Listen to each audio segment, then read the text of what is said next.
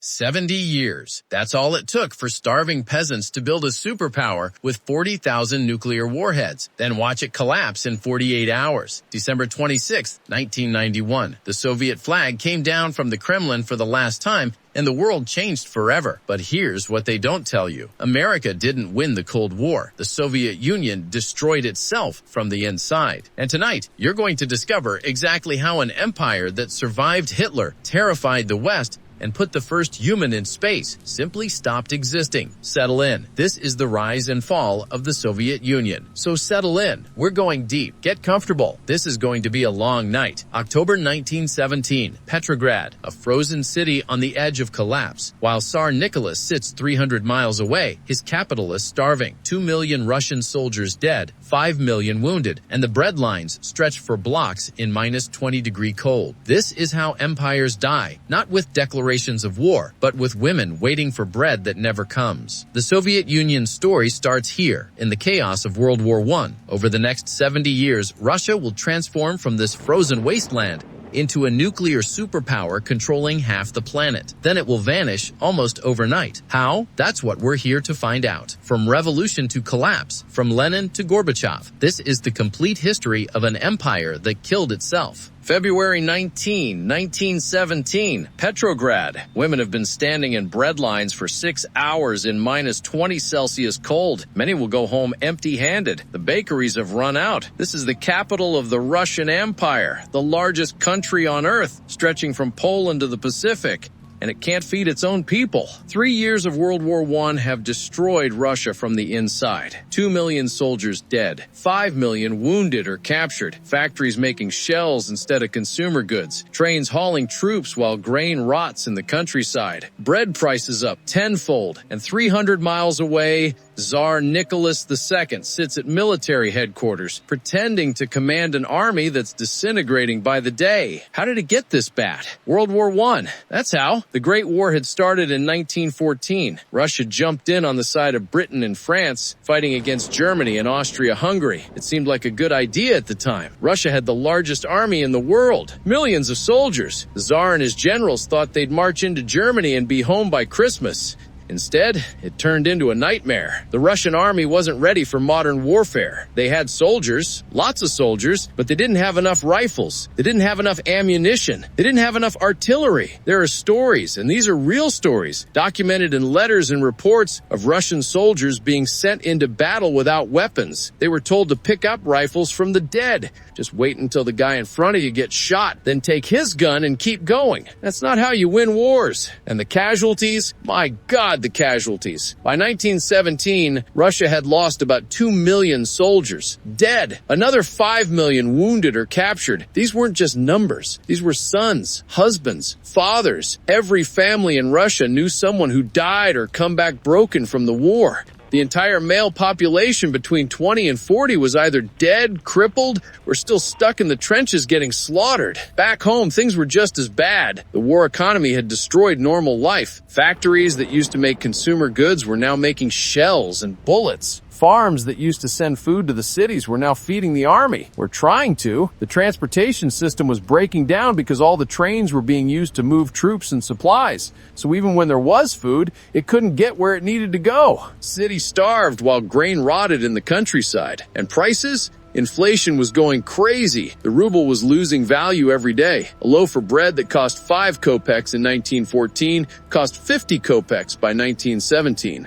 Workers' wages couldn't keep up. People were getting poorer and hungrier and angrier. At the top of all this chaos sat Tsar Nicholas II, emperor and autocrat of all the Russias. That was his actual title. He'd been ruling since 1894, 23 years on the throne. And in all that time, he'd never really understood his own country. Nicholas was a nice guy, by most accounts. He loved his wife Alexandra. He loved his children, especially his son Alexei, who had hemophilia and was constantly sick. Nicholas was a devoted family man, but he was a terrible ruler. He believed, truly believed, that God had chosen him to rule Russia, that he answered to God alone, not to the people. He'd resisted every attempt at reform. When people asked for a constitution, for elections, for basic civil rights, Nicholas saw it as questioning God's will. In 1905, after a revolution forced him to create a parliament called the Duma, he spent the next decade ignoring it and undermining it whenever possible. By 1917, Nicholas wasn't even in the capital. He was at military headquarters, hundreds of miles away, pretending to command the army. He left Alexandra in charge. And Alexandra was under the influence of Rasputin. You've probably heard of Rasputin, the mad monk, the guy with the crazy beard and the intense eyes. He'd wormed his way into the royal family because he seemed able to help Alexei when the boy had bleeding episodes. Alexandra thought Rasputin was a holy man sent by God, so she listened to his advice. And Rasputin's advice was usually terrible and often corrupt.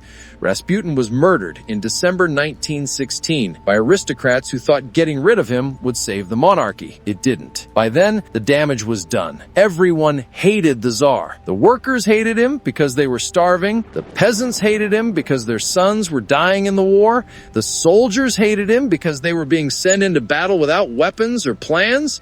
Even the aristocrats and the business owners were losing faith. They could see the empire collapsing and the Tsar doing nothing to stop it. February 23rd, 1917, International Women's Day. Women textile workers in Petrograd went on strike. They marched through the streets demanding bread. It started small, a few thousand women, but by the end of the day, 50,000 people had joined them. Workers from other factories, people from the bread lines, students, everyone pouring into the streets. The next day, more strikes. The next day, even more. By February 27th, 200,000 people were on strike. The city was shutting down. Petrograd was the industrial heart of Russia. When it stopped working, everything stopped working. The Tsar ordered the army to clear the streets, stop the protests, use force if necessary. But here's where everything changed. The soldiers refused, or rather, some of them refused at first, and then more and more joined them. These soldiers were conscripts, peasants in uniform. They had more in common with the protesters than with the officers ordering them to shoot. When one regiment was ordered to fire on the crowd, they shot their commanding officer instead and joined the revolution. By March 2nd, Nicholas was done. He tried to return to Petrograd, but his train was stopped. Representatives from the Duma and from the army came to see him.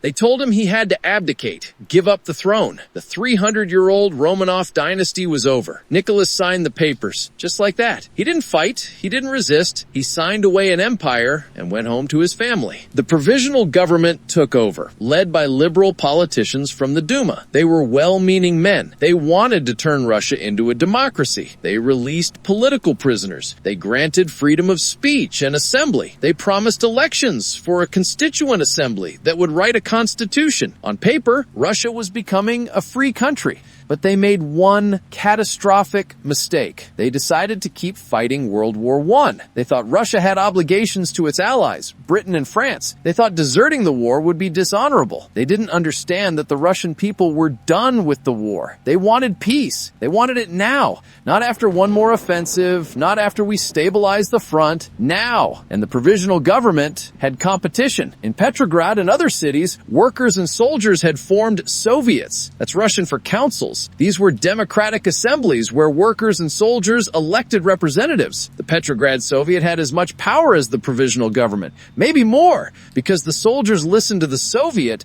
not to the government. This created what historians call dual power, two centers of authority in the same city, neither strong enough to completely dominate, both trying to steer the country in different directions. Into this chaos came a man who'd been waiting his entire adult life for this moment, a man who'd spent years in exile, studying revolution, writing about revolution, planning revolution, a man who was about to change the course of history. His name was Vladimir Ilyich Ulyanov, but the world knows him as Lenin. Chapter 2. Lenin and the Bolsheviks. Lenin was born in 1870 in Simbirsk, a small town on the Volga River. His family was middle class. His father was a school inspector, not rich, but comfortable. Lenin was a good student, smart, disciplined, intense. His childhood was normal until 1887. That's when his older brother Alexander was arrested for plotting to assassinate the Tsar. Alexander was a member of a revolutionary group. They'd made bombs. They were going to kill Tsar Alexander III. The plot was discovered. Alexander was hanged. Lenin was 17 when his brother died. People who knew him said it changed him completely. He became cold, focused. He started reading radical political theory, Karl Marx, Das Kapital, the Communist Manifesto, Marx's ideas about class struggle, about the working class overthrowing capitalism and and creating a socialist society. Lenin devoured all of it. He went to university to study law, but spent most of his time organizing student protests and reading forbidden political literature. He was arrested in 1895 for revolutionary activity and exiled to Siberia for 3 years. Exile in Siberia sounds dramatic, but for political prisoners like Lenin, it wasn't that bad. He lived in a small village. He could read and write. He even got married to another revolutionary, Nazi Krupskaya. They spent their exile translating political texts and planning the future revolution. After his exile ended in 1899, Lenin left Russia. He couldn't operate openly there. The secret police were watching him. So he moved to Western Europe, Munich, London, Geneva, Paris, wherever he could find other Russian revolutionaries to work with. He spent 17 years in exile, 17 years writing articles, giving speeches, arguing with other socialists about tactics and theory. Lenin's big idea was the vanguard party. He believed you couldn't just wait for the workers to spontaneously revolt. You needed a disciplined party of professional revolutionaries to lead them, a small, tight organization of people who dedicated their entire lives to the revolution, people who followed orders and didn't question the party line. This was controversial. Other socialists thought it sounded dictatorial. They wanted a more democratic movement. Lenin didn't care. He knew what he wanted, a revolution, and he was willing to do whatever it took to get one. In 1903, the Russian Social Democratic Labor Party split. Lenin's faction called themselves the Bolsheviks, from the Russian word for majority. The other faction were the Mensheviks, meaning minority. This was kind of a lie, because at the actual split, the groups were about equal size. But Lenin grabbed the name majority, and it stuck. The Bolsheviks became Lenin's instrument, his vanguard party, small, disciplined, revolutionary. When World War I started in 1914, most European socialist parties supported their governments. German socialists supported Germany. French socialists supported France. Lenin was disgusted. He called them traitors to the working class. He argued that workers should turn the imperialist war into a civil war, use the chaos of World War I to overthrow capitalism. At the time, almost nobody listened to him. He was just another exile writing articles nobody read. Then came February 1917 and the Tsar fell. Lenin was in Zurich, Switzerland when he heard the news. He was ecstatic. The revolution had begun, but he was stuck in Switzerland. All of Europe was at war. He couldn't just buy a train ticket to Russia. He had to cross Germany, and Germany was at war with Russia. Here's where it gets interesting. The German government wanted Russia to drop out of the war. If Russia made peace, Germany could move all its troops from the Eastern Front to the Western Front and smash Britain and France. The Germans knew Lenin wanted to end the war, so they made him an offer. We'll let you travel through Germany to Russia. We'll even give you money to spread your propaganda once you're there. All you have to do is work to get Russia out of the war. Lenin accepted. He later said he'd make a deal with the devil if it advanced the revolution. On April 9, 1917, Lenin and a group of other Bolsheviks boarded a sealed train in Switzerland. Sealed because the German government didn't want them talking to Germans or spreading revolutionary ideas in Germany. The train traveled across Germany, then through Sweden and Finland. On April 16th, it arrived at Finland Station in Petrograd. Thousands of people came to meet him. Workers, soldiers, Bolshevik supporters. Lenin climbed onto an armored car and gave a speech. He said the February Revolution was just the first stage. Now they needed to move to the second stage, socialist revolution. Workers taking power, ending the war immediately, turning all land over to the peasants. His program was radical. Even other Bolsheviks thought he was going too far too fast, but Lenin understood something others didn't. The provisional government was weak. It had authority on paper, but no real power. It couldn't end the war. It couldn't fix the economy. It couldn't give peasants land because the legal processes would take years. The provisional government was trying to run Russia by the old rules. Lenin was offering to break all the rules and give people what they wanted immediately. Lenin summed up the Bolshevik program in 3 words: peace, land, bread. Peace meant ending the war. Land meant giving farmland to peasants. Bread meant food for the cities. Simple, direct, exactly what millions of Russians were desperate for. The Bolsheviks weren't a huge party. In February 1917, they had maybe 25,000 members, but they were organized, disciplined. They knew what they wanted, and they were willing to work for it. Throughout the spring and summer of 1917, they built support in the factories, in the army regiments, in the Soviets. Slowly, their influence grew. The provisional government kept stumbling. In July, they launched a new military offensive against Germany. It was a disaster. Soldiers deserted in huge numbers. Some regiments just refused to attack. The army was dissolving. Soldiers were voting with their feet, walking away from the war, and heading home. By October, the Bolsheviks were the dominant force in the Petrograd Soviet. Trotsky, who joined the Bolsheviks earlier that year, was chairman. Lev Trotsky, born Lev Bronstein, brilliant orator, brilliant organizer. organizer. He'd been in exile like Lenin. Now he was back, and he was Lenin's right-hand man. Together, they planned the next move, the Second Revolution, the one that would change everything. Chapter 3. The October Revolution. October 24th, 1917. Actually, November 6th by our modern calendar, but October 24th on the old Russian calendar they were still using. Late at night, Petrograd. The provisional government knew something was coming. They'd ordered troops to close down Bolshevik newspapers. They tried to arrest Bolshevik leaders, but the soldiers wouldn't follow orders. The Petrograd garrison had about 200,000 soldiers. Most of them supported the Bolsheviks now, or at least supported the Petrograd Soviet. The provisional government had maybe 3,000 loyal troops. Maybe. Trotsky had spent weeks preparing. He'd created the Military Revolutionary Committee. Officially, it was supposed to defend Petrograd against a possible German attack. In reality, it was the Bolsheviks' instrument for taking power. Trotsky had placed Bolshevik commissars in every military unit. When the government gave orders, soldiers checked with the commissars first. If the commissar said no, they didn't follow the order. On the night of October 24th, Red Guards, those were armed workers who'd formed militias, and pro-Bolshevik soldiers started occupying key points in the city. Telegraph offices, power stations, railway stations, bridges. They did it quietly, efficiently. Most of Petrograd had no idea anything unusual was happening. There was no street fighting, no barricades, no dramatic battles, just armed groups walking up to important buildings and taking control. The provisional government was meeting in the Winter Palace, that massive green and white building on the bank of the Neva River. It had been the Tsar's main residence. Now it was government headquarters. The ministers knew they were in trouble. Prime Minister Alexander Kerensky tried to escape to find loyal troops. He got in a car and drove away early on October 25th. The rest of the ministers stayed in the palace, hoping someone would come rescue them. Nobody came. The Winter Palace was defended by about 1,000 troops, cadets from military academies, a women's battalion, some Cossacks. Not exactly Russia's finest. During the day on October 25th, pro-Bolshevik forces surrounded the palace. The Aurora, a cruiser in the Neva River, aimed its guns at the building. Red Guards and soldiers assembled nearby. This is where Soviet propaganda later created a myth. They made films showing the storming of the Winter Palace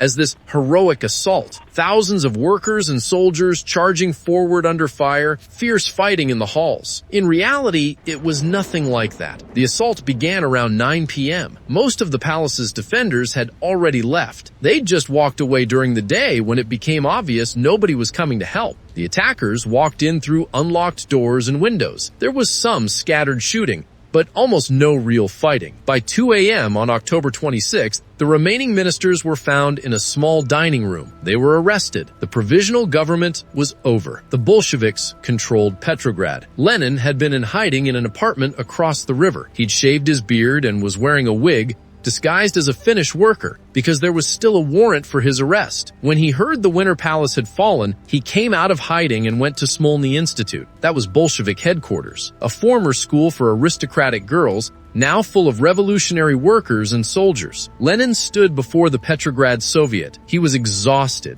He'd barely slept in days, but he was triumphant. He said, "We shall now proceed to construct the socialist order." This was it. The moment he'd been working toward for 23 years. Russia was going to be the world's first socialist state. But taking Petrograd was just the beginning. Russia was a huge country. Most of it hadn't even heard about the October Revolution yet. The Bolsheviks controlled the capital and some other major cities. The rest of the country was up for grabs, and a lot of people were not happy about a Bolshevik government. The Bolsheviks immediately started issuing decrees. The Decree on Peace called for an immediate end to World War I. All warring nations should agree to peace with no annexations or reparations. The Decree on Land abolished private ownership of land. All land now belonged to the people and would be distributed to peasants by local committees. The Decree on Workers' Control gave workers the right to oversee factory management. These decrees were popular with workers and peasants. Finally, someone was doing what they'd been asking for, but they terrified the old ruling classes, the aristocrats, the business owners, the army officers. These people saw the Bolsheviks as criminals, terrorists, people who'd stolen power and were now destroying Russia's legal order. Lenin moved quickly to consolidate power. In November, elections were held for the Constituent Assembly. That was the body that was supposed to write Russia's constitution, make Russia a democracy. The Bolsheviks only got about 25% of the vote. The Socialist Revolutionary Party, which represented peasants, got about 40%. When the Constituent Assembly met in January 1918, Lenin sent armed guards to shut it down. One day. It met for one day. Then the Bolsheviks dissolved it and banned the Socialist Revolutionaries. This shocked a lot of people. Even some Bolsheviks were uncomfortable. Lenin didn't care. He said the Soviets represented true democracy, workers' democracy. The Constituent Assembly was bourgeois democracy. The revolution didn't need it. Lenin also created the Cheka, the All-Russian Extraordinary Commission for Combating Counter-Revolution and Sabotage. That's a mouthful. Basically, it was the secret police, led by Felix Dzerzhinsky, a Polish revolutionary absolutely fanatical, absolutely loyal to Lenin. The Cheka had unlimited power to arrest, interrogate, and execute enemies of the revolution. No trials necessary. If the Cheka decided you were a counter-revolutionary, you were done. In March 1918, the Bolsheviks signed the Treaty of Brest-Litovsk with Germany. Russia left World War I. The peace terms were humiliating. Russia had to give up Poland, Ukraine, the Baltic states, Finland, about 1/3 of the Russian Empire's population and territory. Lenin agreed to everything. He knew the treaty wouldn't last forever. Germany would lose the war eventually. But right now, Russia needed peace, so the Bolsheviks could deal with internal enemies, because internal enemies were gathering, and they were about to plunge Russia into a civil war that would make World War I look like a warm-up. Chapter 4. The Civil War. Imagine a map of Russia in 1918. It's enormous. From the Baltic Sea to the Pacific Ocean. From the Arctic to the Caucasus Mountains and Central Asia. After the October Revolution and the Brest-Litovsk Treaty, this vast territory was descending into chaos. The Bolsheviks, who now called themselves communists, controlled Moscow and Petrograd, and some other industrial areas. That's maybe 1/10 of the country. The rest was either under foreign occupation or controlled by various anti-Bolshevik forces. Forces that came to be known as the Whites. Who were the Whites? Pretty much everyone who opposed the Bolsheviks. Former Tsarist officers who wanted to restore the monarchy. Liberal Democrats who wanted a constitutional republic. Socialist revolutionaries who were angry about the Constituent Assembly. National minorities who wanted independence. They didn't agree on much, except they all hated the Bolsheviks, or the Reds, as people started calling them, because of their red flags and red armbands. The Russian Civil War lasted from late 1918 to 1921. 3 years of brutal, savage fighting across the largest country on earth. It's hard to overstate how terrible this war was. World War I had been bad. The Civil War was worse, because it wasn't armies fighting armies. It was neighbor against neighbor, class against class, a war where everyone was a potential enemy, and mercy was a weakness. The Whites attacked from all directions. In the south, General Anton Denikin commanded a white army. In Siberia, Admiral Alexander Kolchak declared himself supreme ruler of Russia and led another white army. In the north, General Nikolai Yudenich attacked toward Petrograd. There were smaller white forces in other areas, each one trying to destroy the Bolshevik government and restore order, their order. Making things worse, foreign powers intervened. Britain, France, America, Japan. They all sent troops to Russia, not huge armies, but enough to matter. The British sent forces to the north, to Murmansk and Arkhangelsk. The Americans sent troops to Siberia. The Japanese occupied parts of the Far East. The French supported the whites in the south. These countries didn't want the Bolshevik Revolution to succeed. They were worried it would spread to their own countries. Workers in Britain and France and America might get ideas about overthrowing capitalism. So the Western powers tried to strangle the Bolshevik state in its cradle. The Reds were surrounded, outnumbered, fighting on multiple fronts against better-equipped, better-trained armies led by experienced Tsarist generals. On paper, they should have lost, but they didn't. And the reason they didn't is Leon Trotsky. Trotsky became People's Commissar for Military and Naval Affairs, basically the head of the Red Army. When he took over, the Red Army barely existed. It was a mess of unreliable soldiers, many of whom just wanted to go home. Trotsky transformed it into a fighting force of 5 million men. How did he do it? Discipline. Ruthless discipline. Trotsky brought back czarist officers. Tens of thousands of them. He told them, join us or we'll execute you and your families. Most joined. He put political commissars alongside every officer to make sure they didn't defect. He implemented harsh military discipline. Deserters were shot. Units that retreated without orders were sometimes decimated. That's an old Roman punishment, where every 10th man was executed to terrify the rest. Trotsky used it. Trotsky had a train.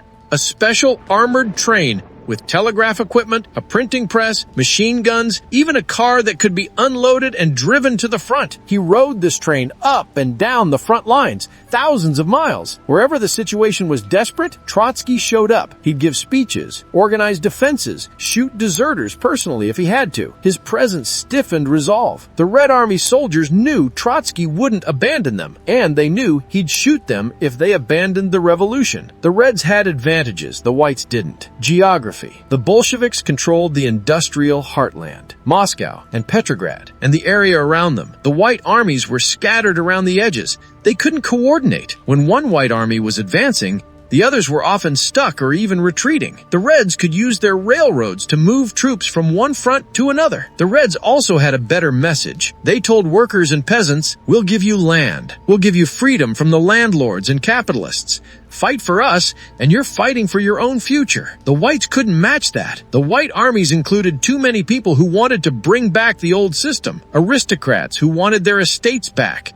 Officers who treated peasants like dirt. The Whites talked about order and law and saving Russia. The Reds talked about land and freedom. In a country of peasants, that mattered. But both sides were brutal. Unbelievably brutal. The Red Terror and the White Terror. When the Reds captured an area, they hunted down class enemies. Landlords, priests, businessmen, anyone who'd supported the Whites. The Cheka organized mass executions. Tens of thousands of people. Maybe hundreds of thousands. Exact numbers are impossible to know. People were shot in prisons, in basements, in forests.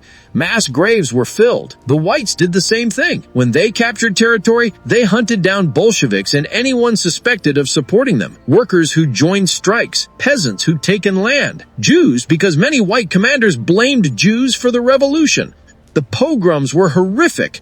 Jewish communities in Ukraine and southern Russia were destroyed. Whole towns, somewhere between 100,000 and 150,000 Jews were murdered during the Civil War. And there was also war communism. That was the Bolshevik economic policy during the Civil War. The government took control of all industry, all large factories, railways, banks. They also requisitioned grain from the peasants. Requisitioned is a nice word for took at gunpoint. The Red Army needed food. The cities needed food. So the Bolsheviks sent armed detachments into the countryside to seize grain. Peasants resisted. They hid their grain.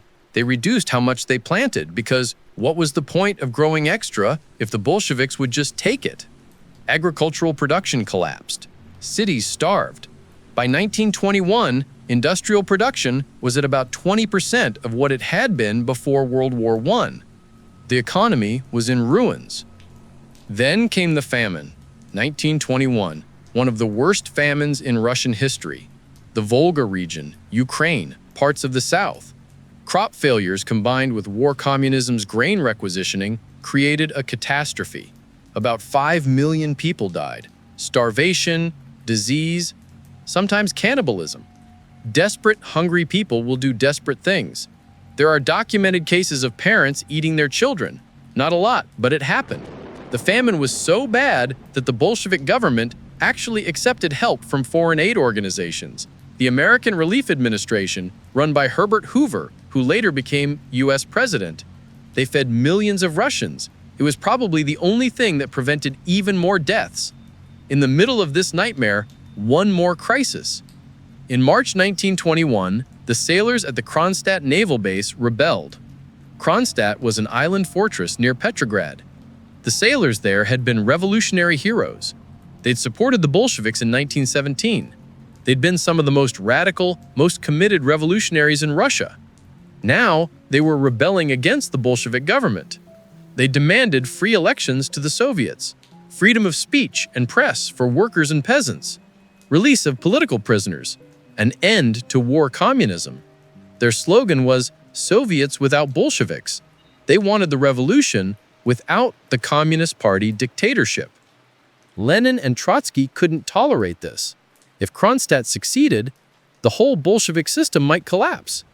Trotsky personally led the assault on Kronstadt. Red Army units attacked across the frozen sea ice in March. The fighting was vicious. The sailors fought desperately, but they were outnumbered and surrounded. After days of combat, the Red Army crushed the rebellion. Hundreds of sailors were executed. Thousands more were sent to prison camps. The Kronstadt rebellion shook the Bolshevik leadership. These had been their own people, revolutionary workers and soldiers, and they'd turned against them. It was a sign that war communism had gone too far, that the population was at the breaking point.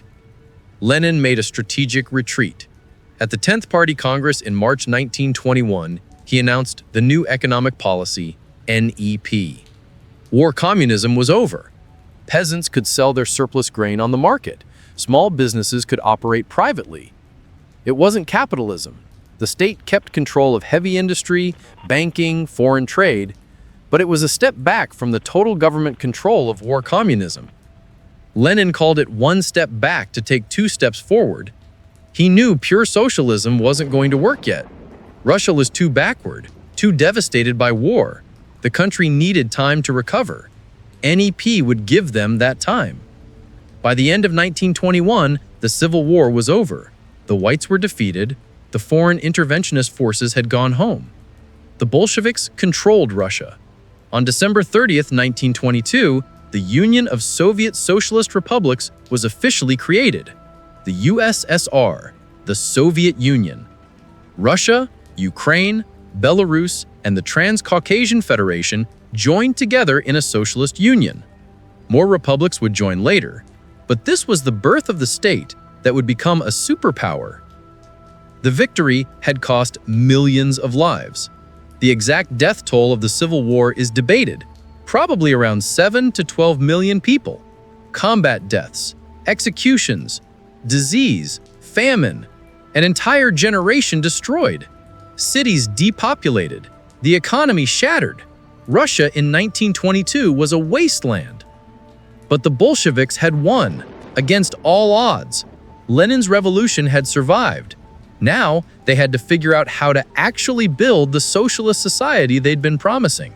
How to turn a ruined, backward country into a modern industrial state. And after Lenin died in 1924, that task would fall to a man who'd been quietly building power in the background. A man from Georgia, with a mustache and a paranoid mind, and absolutely no mercy for anyone who stood in his way. His name was Joseph Stalin, and he was about to reshape the Soviet Union in ways that would horrify even Lenin himself. Chapter 5. Lenin's Death and the Power Struggle. January 21st, 1924. Lenin died. He was only 53 years old, but the strokes had destroyed him. For the last year of his life, he could barely speak or move. He spent his final months at Gorky, a mansion outside Moscow, surrounded by doctors who couldn't save him. When the end came, it was almost a relief. The man who'd led the revolution, who'd built the Soviet state, was gone. The funeral was massive. Lenin's body was embalmed and put on display in a temporary wooden mausoleum in Red Square. Hundreds of thousands of people came to see him. The Communist Party wanted to turn Lenin into a god, a secular god, the founder of the new socialist world. They renamed Petrograd to Leningrad in his honor. They started the cult of Lenin. Statues, posters, paintings. Lenin's face everywhere, Lenin's words quoted like scripture. But while the party was mourning Lenin publicly, behind the scenes there was a fight, a power struggle. Who would lead the Soviet Union now? Everyone assumed it would be Trotsky. He was the most famous Bolshevik after Lenin, the hero of the Civil War, the organizer of the Red Army, brilliant speaker, brilliant writer. If you'd asked most people in 1924 who would lead the Soviet Union, they'd say Trotsky without hesitation. But there was a problem. Trotsky had enemies, lots of them. He was arrogant. He talked down to people. He'd only joined the Bolsheviks in 1917. Before that, he'd been a Menshevik, opposed to Lenin on key questions. Some old Bolsheviks, people who'd been with Lenin from the beginning, resented him. They saw him as an outsider who jumped on the bandwagon. And there was Lenin's testament. In December 1922, when Lenin was already sick and sensing he wouldn't recover, he dictated a document. his political testament. He wrote assessments of the top Bolshevik leaders. About Trotsky, he said he was perhaps the most capable man in the present Central Committee, but also distinguished by his too far-reaching self-confidence. Mixed praise. About Stalin, Lenin was harsher. He said Stalin was too rude and recommended that the party find someone else to be general secretary. In January 1923, Lenin added a postscript. He said Stalin should be removed from his position because his rudeness was unacceptable in someone so powerful.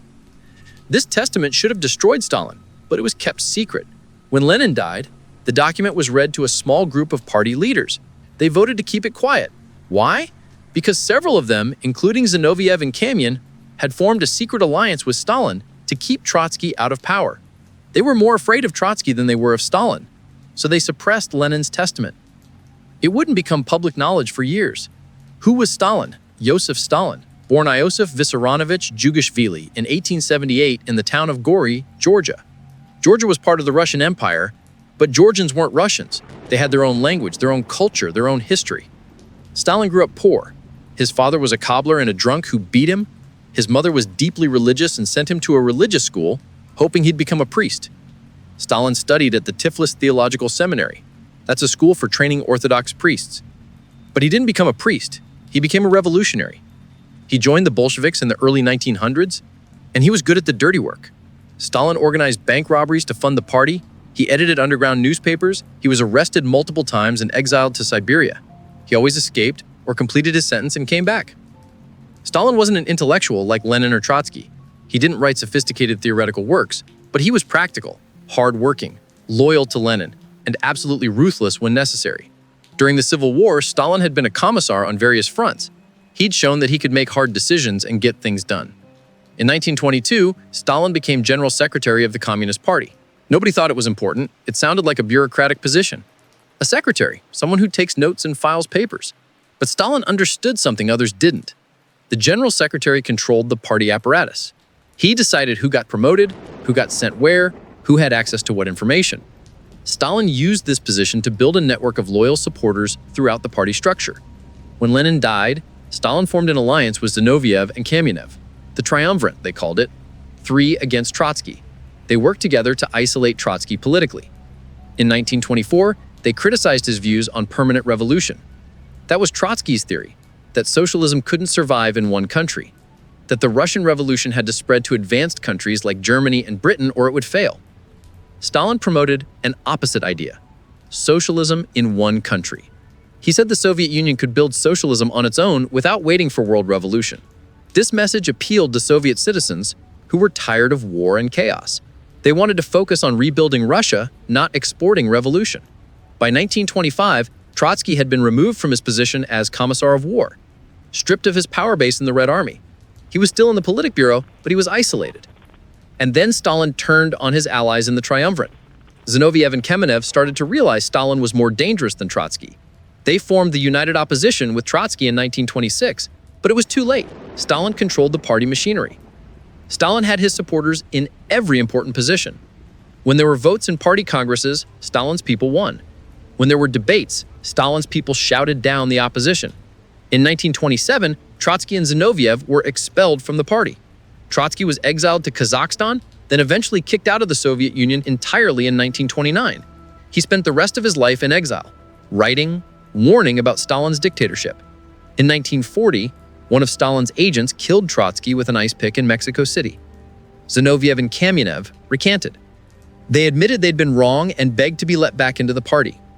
Stalin let them back in, but they were finished as political players. He'd use them later in the show trials. By 1928, Stalin was the dominant figure in the Soviet Union. Not officially a dictator yet, the party structure still existed, the Politburo still met, but everyone understood who was in charge. Stalin's word was law, and he was about to use that power to transform the Soviet Union in ways that would horrify even hardened revolutionaries. The new economic policy had worked. The economy had recovered from the Civil War, agricultural production was back to pre-war levels, small businesses were functioning, people had food, but NEP created something the Bolsheviks hated: inequality. Some people were getting rich: the netmen, private traders and small businessmen, kulaks, supposedly wealthy peasants. The Bolsheviks had fought a revolution to end capitalism, but NEP looked a lot like capitalism with a socialist face. Stalin decided NEP had to go. The Soviet Union needed to industrialize, needed to catch up with the West, and it needed to do it fast, because Stalin was convinced that capitalist countries would eventually attack the USSR. He gave a famous speech in 1931. "We are 50 or 100 years behind the advanced countries. We must make good this distance in 10 years. Either we do it or we shall be crushed." 10 years to do what took Western countries a century. It was insane. It was impossible. Stalin didn't care. He launched the first 5-year plan. Chapter 6. The 5-Year Plans. October 1st, 1928. The first 5-year plan began. It was supposed to last 5 years, ending in 1933. Stalin announced it would be completed in 4 years. The targets were staggering. Triple coal production, double steel production, quadruple oil production, build thousands of new factories, develop new industrial cities, transform the Soviet Union from an agricultural country into an industrial powerhouse. How do you do this? Where do you get the capital? Where do you get the workers? Where do you get the technology? The Soviet Union was isolated. Most Western countries didn't recognize the USSR or trade with it. Stalin couldn't borrow money from foreign banks. He had to do it internally, extract resources from the Soviet people themselves, mostly from the peasants. But we'll get to that in the next chapter. First, let's talk about what the 5-year plans actually built.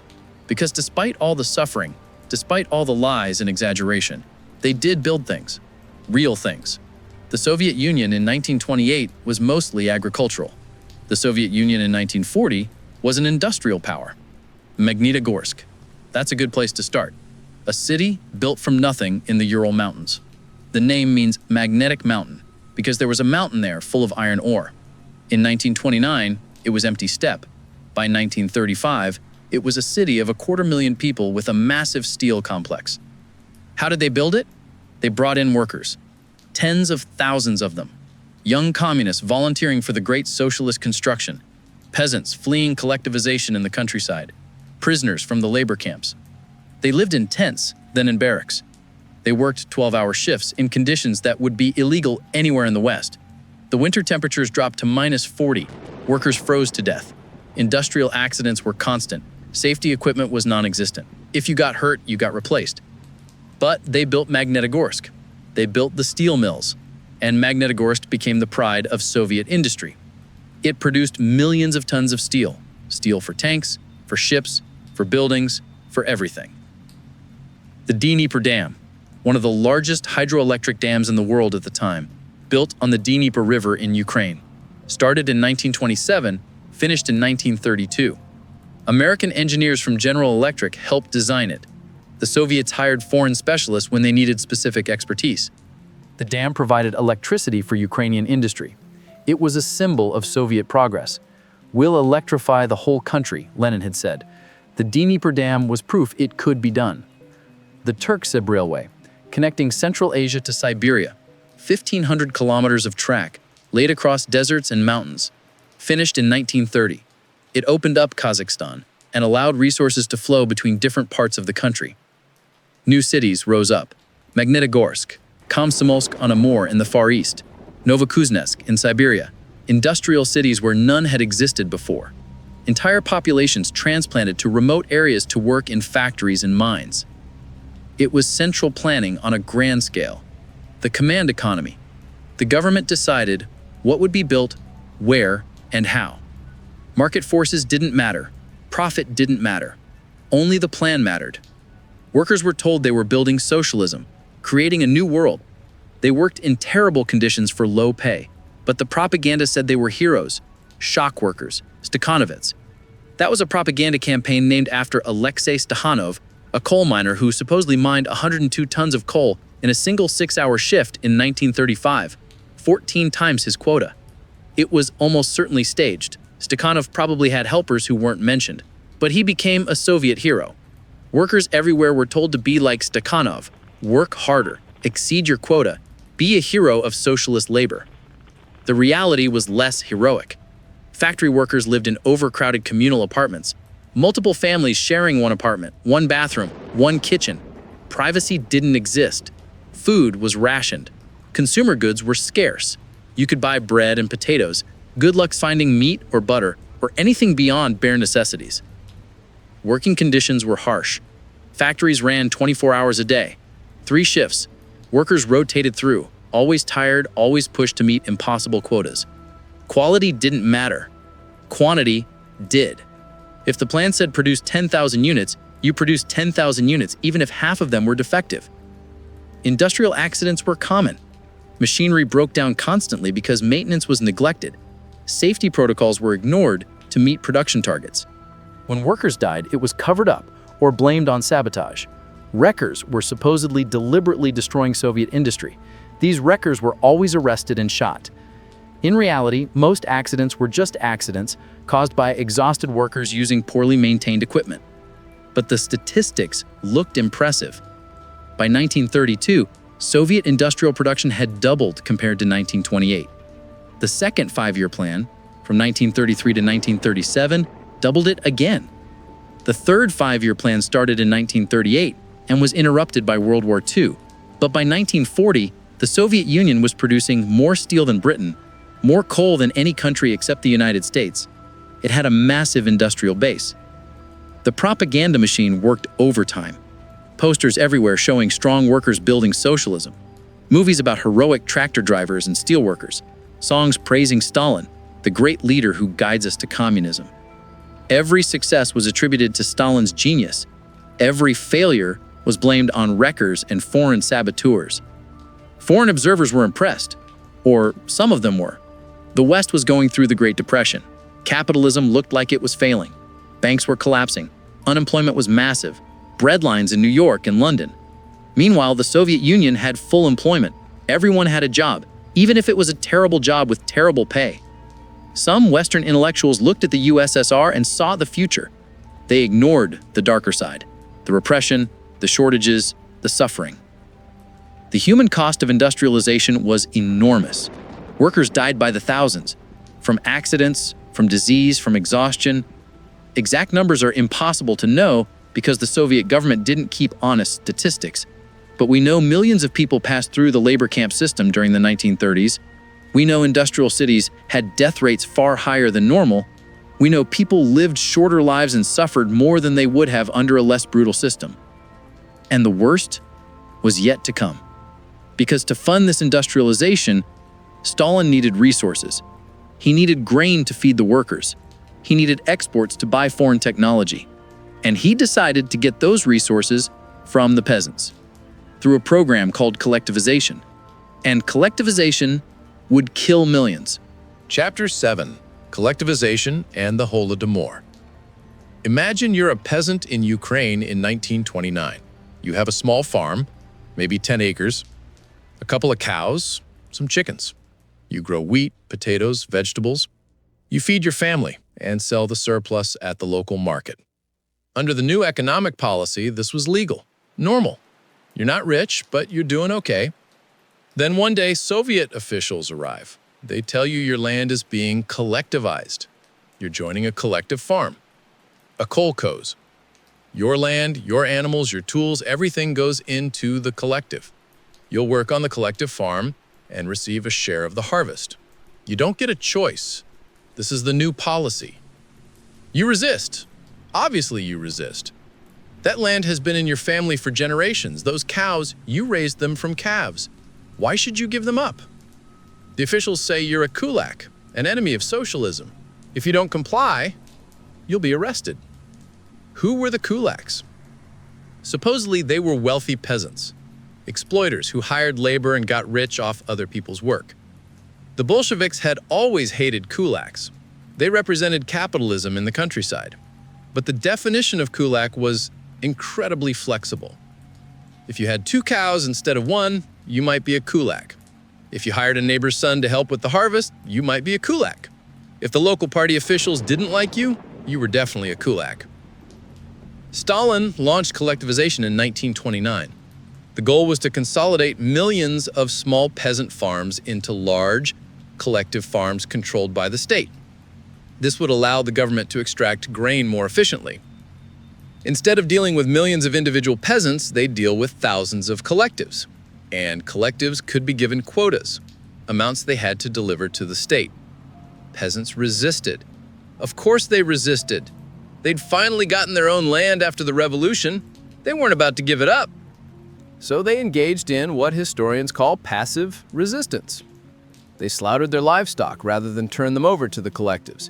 If the government's taking my cow, I'm eating my cow first.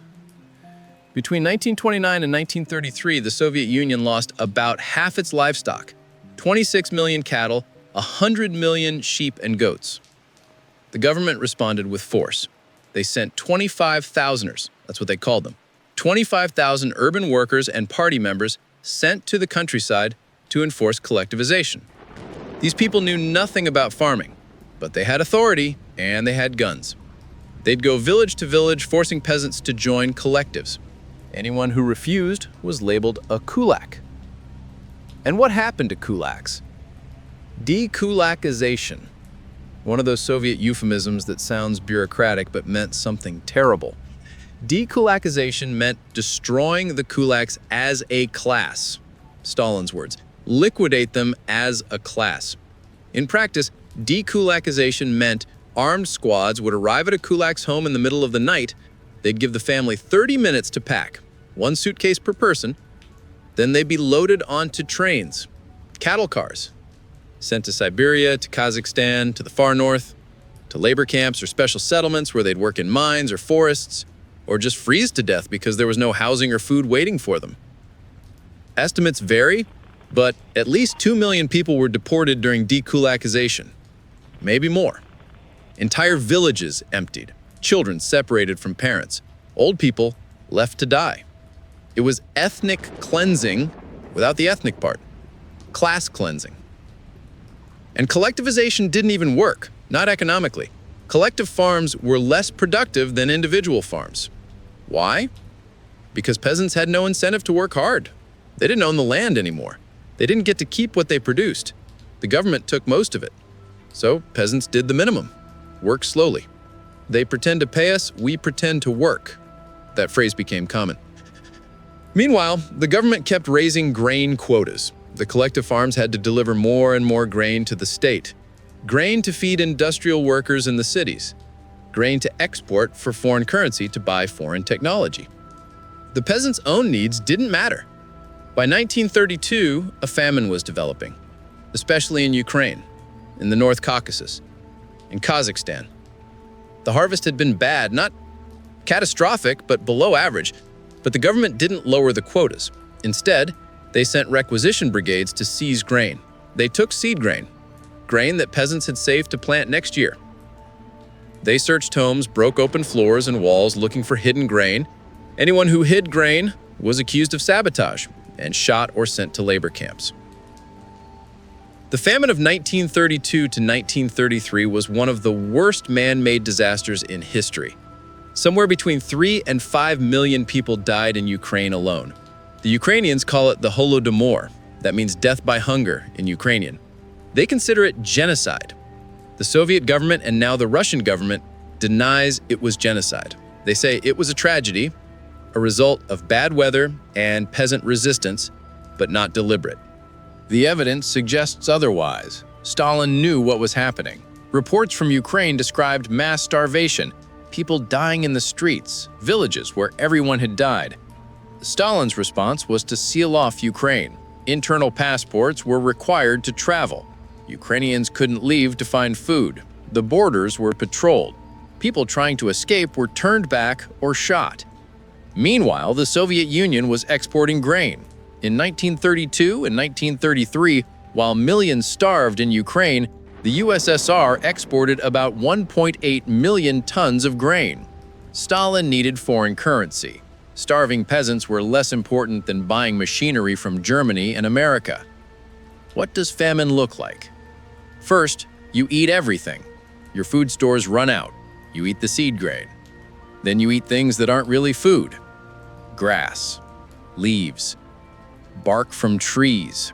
You boil leather belts and shoes to make soup. People became too weak to work, too weak to walk. They sat in their homes waiting to die, or they wandered the roads looking for anything edible and collapsed.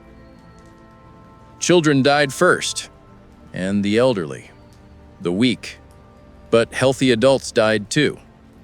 Your body starts consuming itself. Muscles break down. Organs fail. Towards the end, people became walking skeletons. Skin stretched over bones. Eyes sunken. Unable to think clearly because the brain needs calories to function. And there was cannibalism. Not widespread, but it happened. Desperate people will do desperate things. There are documented cases of people killing and eating others, more commonly eating the dead. The Soviet authorities put up posters, "Eating your children is barbarism." That they had to put up those posters tells you how bad it got.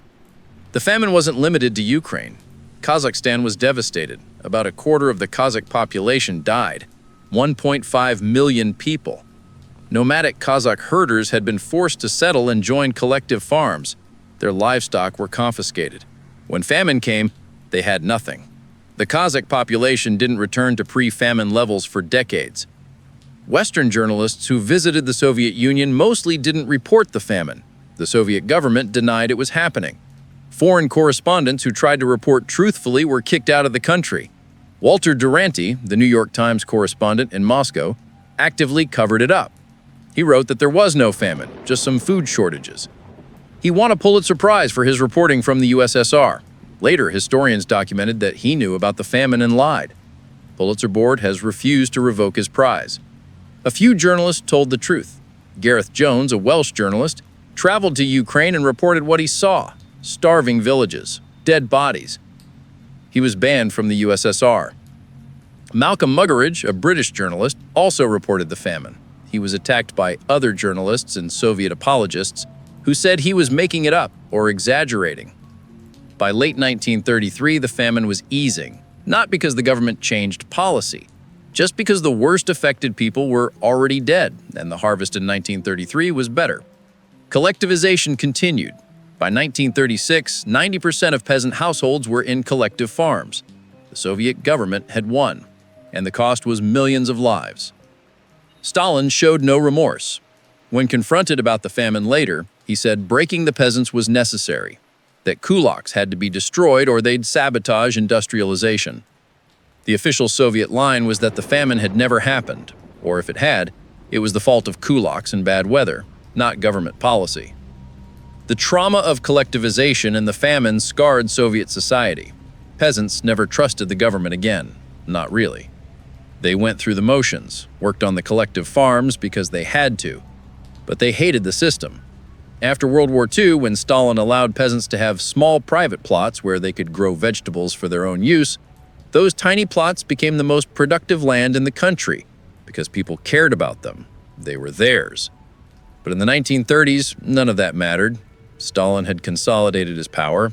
He'd industrialized the country. He'd collectivized agriculture.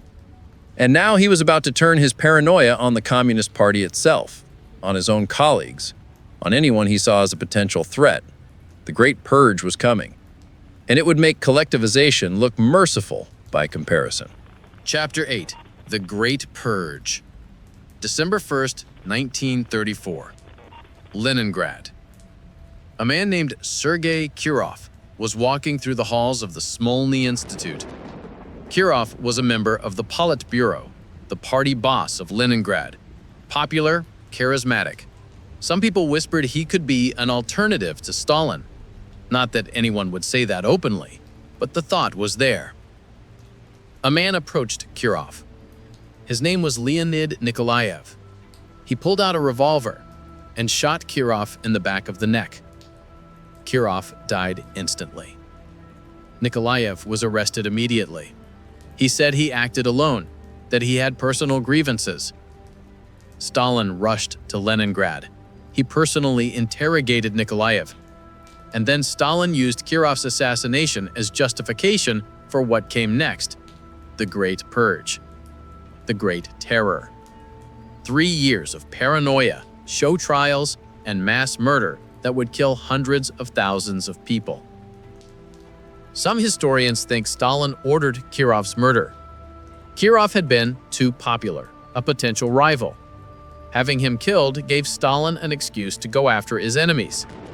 There's no definitive proof, but it's suspicious. Kirov's bodyguard had mysteriously been absent when the shooting happened, and that bodyguard died in a convenient car accident before he could be questioned. Convenient for Stalin, anyway. Stalin immediately passed the Decree Against Terrorist Acts. It allowed the NKVD, that's what the secret police were called now, not the Cheka anymore, but same thing, to arrest and execute people suspected of terrorism without trial. Just arrest them, shoot them, done. This decree would be used to justify mass executions for the next several years. First came the purge of the old Bolsheviks. These were people who'd been with Lenin from the beginning, who'd fought in the revolution, who'd built the Soviet Union. People like Zinoviev and Kamenev. Remember them? Stalin's old allies who he'd betrayed back in the 1920s. They'd been sidelined, but they were still alive. Not anymore. In August 1936, the first Moscow show trial began. Zinoviev, Kamenev, and 14 others were accused of being part of a Trotskyite Zinovievite terrorist center. They were charged with plotting to kill Stalin and other Soviet leaders, with working for Nazi Germany and Japan, with sabotaging Soviet industry. The charges were absurd, completely fabricated. But the defendants confessed. All of them. How did the NKVD get these confessions? Torture. Not just physical torture, though there was plenty of that. Psychological torture. They'd arrest your family, threaten your children, keep you awake for days, beat you, freeze you. The NKVD had refined interrogation into a science. They knew exactly how much pressure to apply to break someone. And they promised that if you confessed, if you played along with the show trial, your family would be spared. It was usually a lie, but desperate people will believe anything. The trials were public, held in the October Hall of the House of Unions in Moscow. Foreign journalists were invited. The defendants sat in the dock, looking exhausted and defeated. The prosecutor, Andrei Vyshinsky, gave theatrical speeches about how these traitors had tried to destroy the glorious Soviet Union. The defendants confessed to everything. They said they'd been enemies of the people all along, that they deserved death. The audience, packed with party members, shouted, "Death to the traitors!" The verdict was always the same. Guilty. Sentence. Death. All 16 defendants in the first Moscow show trial were executed in August 1936. The second show trial happened in January 1937. 17 more old Bolsheviks. Same charges, same confessions, same outcome. Death. The third show trial was in March 1938. 21 defendants, including Nikolai Bukharin. Bukharin had been Lenin's favorite. Lenin called him the darling of the party. Bukharin had worked with Stalin in the late 1920s. Now he was confessing to being a spy and a saboteur. He was executed in March 1938. But the show trials were just the public face of the terror. Behind the scenes, the NKVD was arresting hundreds of thousands of people. Party members, government officials, factory managers, engineers, teachers, scientists, writers, artists. Anyone could be arrested. You didn't need to do anything wrong. You just needed to be denounced. And people denounced each other constantly. Sometimes out of genuine belief that the person was an enemy. Sometimes out of fear. If you denounced someone, it showed you were vigilant, loyal. If you didn't denounce people, maybe you were suspect too. Sometimes people denounced others to take their jobs or their apartments. The Great Terror created a society where everyone was afraid of everyone else. The NKVD had quotas. Different regions were assigned numbers. Arrest and execute X number of kulaks, Y number of former white officers, Z number of suspected spies. Local NKVD chiefs who failed to meet their quotas were themselves arrested, so they arrested more people. They made up charges, forced confessions, and shot people in prison basements and buried them in mass graves. The military purge was especially destructive. Stalin was paranoid about the Red Army. He thought officers might be plotting against him. In June 1937, Marshal Mikhail Tukhachevsky and 7 other top generals were arrested. They were accused of spying for Germany. They were tortured and executed. Then the purge spread through the entire military. 3 out of 5 marshals were executed, 13 out of 15 army commanders. About half of all officers, roughly 35,000 men, were either executed or sent to labor camps. This gutted the Red Army's leadership. The survivors were terrified to make decisions, terrified to show initiative, because initiative might be seen as disloyalty. Better to do nothing and wait for orders. This culture of fear would cripple the Red Army when it faced the German invasion in 1941. And it wasn't just the elite who suffered. Ordinary workers and peasants were arrested too. The NKVD would sweep through a factory and arrest dozens of workers for sabotage. Or they'd go to a village and arrest people for being kulaks, even though the kulaks had supposedly been liquidated years earlier. Anyone with a hint of suspicion about them could be arrested. The Gulag system expanded massively during the Great Purge. Gulag stands for Main Administration of Corrective Labor Camps. It was a network of labor camps spread across the Soviet Union, mostly in remote areas: Siberia, the far north, Kazakhstan, the far east. Prisoners worked in mines, logging camps, construction sites, building roads and railways and canals. Life in the Gulag was brutal. Prisoners received minimal food. They worked long hours in harsh conditions. In winter, temperatures could drop to -50 Celsius in some camps. If you couldn't work, you didn't eat. Many prisoners died within their first year from hunger, cold, disease, accidents, or just being worked to death. Kolyma was the worst. The Kolyma region in the Russian Far East, gold mining camps.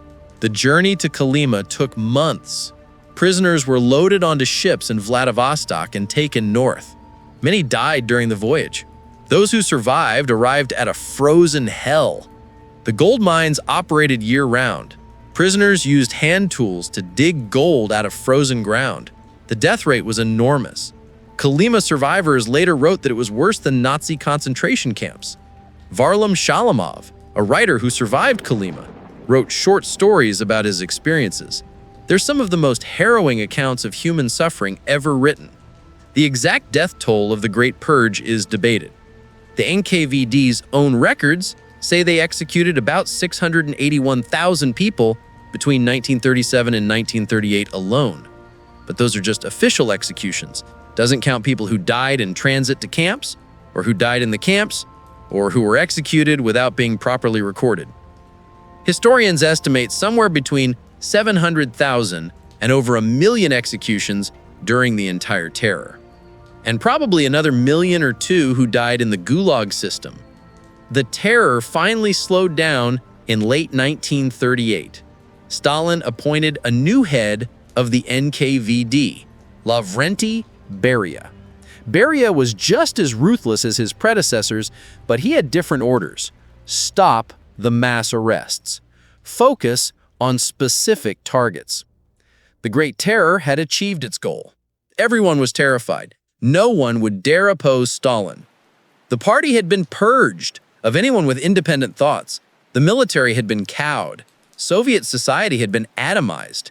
People trusted no one. But the terror left deep scars. It destroyed the Soviet Union's most capable people. The revolutionaries who'd actually fought for socialism were dead, replaced by bureaucrats whose only skill was following orders and surviving. The culture of fear would persist for decades. Long after Stalin died, Soviet citizens remembered the terror, and they'd do anything to avoid attracting the government's attention. Stalin emerged from the Great Terror with absolute power. He was no longer just the leader of the Soviet Union. He was a god. His picture was everywhere. His statues were everywhere. Poems and songs praised him. Stalin is the sun of our lives. Stalin is the greatest genius of all time. Questioning Stalin was impossible. Even thinking critical thoughts was dangerous. Stalin had built a totalitarian state more complete than anything that had come before. And now, he was about to test that state in the ultimate crucible, World War II. Chapter 9. The Nazi-Soviet Pact. August 23, 1939. Moscow. Late evening. A German plane landed, carrying Foreign Minister Joachim von Ribbentrop. He'd flown from Berlin with one mission: sign a non-aggression pact with the Soviet Union. Germany and the USSR, enemies on paper, bitter rivals in ideology, were about to become partners, at least temporarily. Stalin met Ribbentrop at the Kremlin. They drank champagne. They toasted. Stalin reportedly said, "I know how much the German people loves their Führer. I should therefore like to drink to his health." Coming from Stalin, who'd spent years denouncing Hitler as a fascist monster, this was stunning. But Stalin was a pragmatist, always had been, and right now, he needed time. The public part of the pact was simple. Germany and the Soviet Union agreed not to attack each other. If one got into a war with a third party, the other would stay neutral.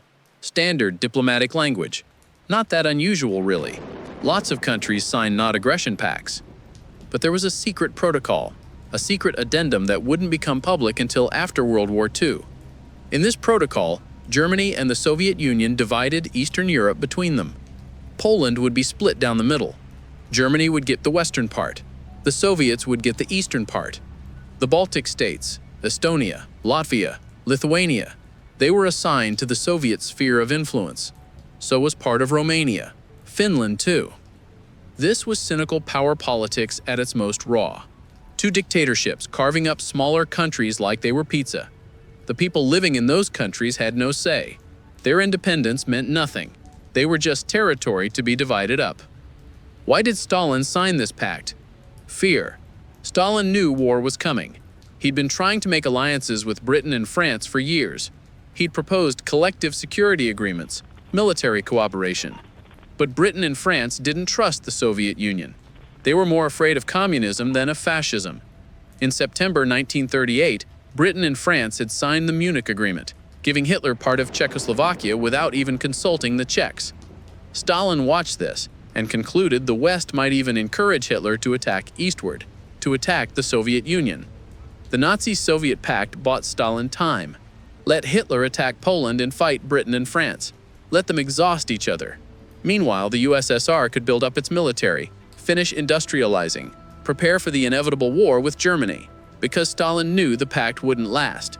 He and Hitler hated each other. This was a marriage of convenience, not love. Hitler's motivations were simpler. He wanted to avoid a two-front war. If he attacked Poland, Britain and France might declare war. That was fine, Hitler thought. He could beat them. But he didn't want the Soviet Union attacking Germany from the east while he was busy in the west. The pact ensured Soviet neutrality, at least for now.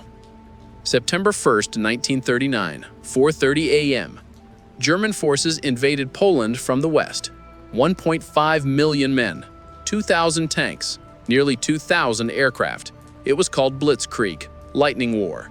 Fast-moving armored units supported by aircraft, smashing through Polish defenses before they could react. The Polish army fought bravely, but they were outmatched. Within 2 weeks, the Germans were pushing toward Warsaw. September 17th, Soviet forces invaded Poland from the east. Two fronts. The Polish army, already reeling from the German attack, now faced invasion from the other direction. The Soviet invasion involved 600,000 troops. They met little resistance. The Polish government fled to Romania. By early October, Poland had been defeated, occupied, divided between Germany and the Soviet Union, just as the secret protocol had planned. The Soviet occupation of eastern Poland was brutal. The NKVD immediately began arresting enemies of the people, Polish army officers, government officials, landowners, priests, teachers, anyone who might organize resistance. They were sent to prisons and labor camps. In April 1940, Stalin made a decision that would haunt Soviet-Polish relations forever. He ordered the execution of Polish prisoners of war. 22,000 Polish officers and intellectuals were shot, most of them in the Katyn forest near Smolensk. They were taken from camps, hands tied behind their backs, shot in the back of the head, and buried in mass graves. The Katyn massacre. For decades, the Soviet government denied responsibility, blamed it on the Germans. Only in 1990 did the Soviet Union finally admit the truth. But Stalin wasn't done expanding. In June 1940, the Soviet Union annexed the Baltic states, Estonia, Latvia, Lithuania. Soviet troops moved in. Local governments were forced to request admission to the USSR. Elections were held. Elections with one candidate. Communist candidates. The results were predictable. The Baltic states became Soviet Socialist republics. Thousands of people were arrested and deported. The independent Baltic states, which had existed since the end of World War I, disappeared. Romania was forced to give up Bessarabia and northern Bukovina. These territories became the Moldavian Soviet Socialist Republic.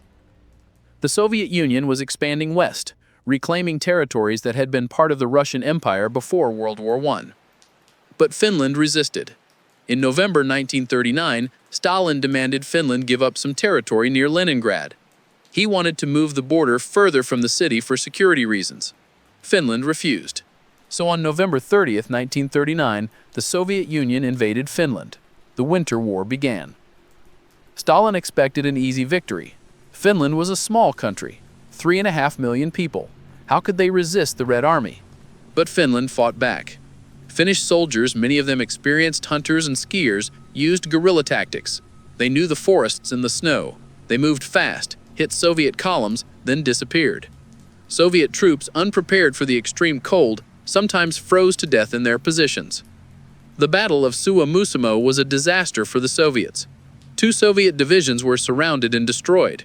27,000 Soviet soldiers dead or missing. The Finns lost less than 1,000. Soviet tanks got stuck in forests and snow. Finnish ski troops dressed in white camouflage picked them off. The Winter War was an embarrassment. It exposed the Red Army's weaknesses.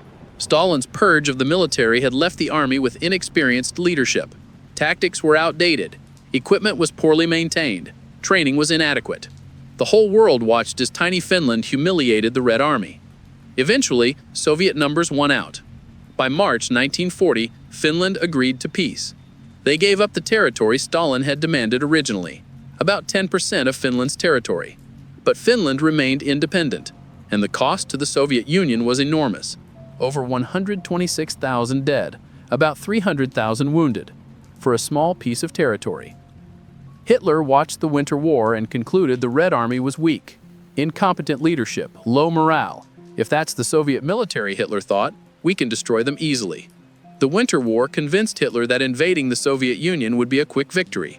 He started planning Operation Barbarossa. Meanwhile, Stalin thought he had more time. He thought the pact with Hitler would hold for a few more years. He was wrong, catastrophically wrong. On June 22, 1941, Germany launched the largest invasion in human history, and the Soviet Union was not ready. Chapter 10. Operation Barbarossa, June 22, 1941, 3:15 a.m. Along a front stretching from the Baltic Sea to the Black Sea, over 1,000 miles, German artillery opened fire. Thousands of guns. The barrage was deafening. Half an hour later, 3 million German soldiers crossed the Soviet border. Operation Barbarossa had begun. Hitler had massed the largest invasion force in history. 3 army groups. Army Group North heading for Leningrad. Army Group Center targeting Moscow. Army Group South driving toward Ukraine and the Caucasus. 3,600 tanks. Over 600,000 motorized vehicles. 2,700 aircraft. Plus another 600,000 troops from Germany's allies. Romania, Hungary, Italy, Finland, even Spain sent volunteers. The goal was simple. Destroy the Soviet Union in a single summer campaign. Capture Moscow, Leningrad, and the industrial heartland. Hitler expected the Soviet state to collapse like a house of cards. He gave his generals 12 weeks. By autumn, the war in the East would be over, and Germany could turn its full attention back to Britain. Stalin had received warnings, lots of warnings. Soviet spies in Germany had reported German troop concentrations on the border. Richard Sorgi, a Soviet spy in Tokyo, sent dozens of telegrams saying Germany would attack. British intelligence passed information to Moscow. Even German deserters crossed the border to warn the Soviets. Stalin ignored all of it. He thought it was British propaganda trying to trick him into breaking the pact with Hitler, or German disinformation. He believed Hitler wouldn't attack until he'd finished with Britain. Attacking while still fighting Britain would mean a two-front war. Hitler wasn't that stupid, Stalin thought. Except Hitler was exactly that stupid. Or rather, Hitler was confident enough to think he could beat both. When the invasion started, Stalin was in his dacha outside Moscow. His staff woke him with the news. German bombers were hitting Soviet airfields. German troops were crossing the border. Stalin didn't believe it at first. Then he ordered his staff to contact Germany. There must be a mistake. This wasn't supposed to happen. For the first few days, Stalin was paralyzed. He gave few orders. He seemed in shock. Meanwhile, at the front, catastrophe was unfolding. The German advance was devastating. Army Group Center, the strongest group, advanced 50 kilometers on the first day. Soviet forward units were overrun. Communication lines were cut. Commanders had no idea what was happening. The Luftwaffe destroyed much of the Soviet Air Force on the ground. Planes lined up on airfields, easy targets. By the end of the first day, the Soviets had lost about 1,200 aircraft, most of them destroyed before they could even take off. Germany achieved air superiority immediately. German armored spearheads punched through Soviet lines, panzer divisions moving fast, encircling entire Soviet armies before they could retreat. The strategy was encirclement: surround the enemy, cut them off, force them to surrender or be destroyed. It worked brilliantly. The Battle of Bialystok-Minsk in late June. Two Soviet armies, nearly 300,000 men, encircled and destroyed. The Germans captured 287,000 prisoners, thousands more killed. The Battle of Smolensk in July and August, another encirclement. 300,000 Soviet soldiers captured. The Germans were about 250 miles from Moscow now. Nothing seemed able to stop them. The Battle of Kiev in September. This was the largest encirclement in military history. 4 Soviet armies, over 665,000 men, surrounded. They fought desperately to break out. Some did, but most were captured or killed. Stalin had refused to allow a retreat. He thought retreating was cowardice, so Soviet troops stayed in positions that were obviously going to be surrounded, and they died. By October, the Germans had advanced hundreds of miles. They'd captured millions of Soviet soldiers. They destroyed thousands of tanks and aircraft. The Soviet Western armies were shattered. On paper, the war looked like it was almost over, but it wasn't, because the Germans had underestimated the Soviet Union's ability to absorb punishment. The Red Army kept finding more troops. Reservists mobilized, factory workers given rifles and sent to the front, the NJVD rounding up anyone who could hold a gun. The Soviets were throwing bodies at the German advance, buying time with blood. And behind the German lines, atrocities were happening. The Einsatzgruppen, special SS units tasked with killing Jews, communists, and other undesirables. They followed the Wehrmacht, the German army, into occupied territory. They rounded up Jewish communities, took them to forests or ravines, made them dig mass graves, then shot them, men, women, children, everyone. Baby Yar, near Kiev, September 29th and 30th, 1941. Over 33,000 Jews were murdered in 2 days. They were marched to a ravine, forced to strip, and shot. The bodies fell into the ravine. More victims were marched in and shot on top of the bodies. It went on for 2 days. This was genocide, systematic, bureaucratic mass murder, and it was happening across all occupied Soviet territory. The Holocaust in the East was immediate and brutal. No deportations to distant camps, just immediate execution. Meanwhile, Stalin had recovered from his initial shock. In early July, he gave a radio address.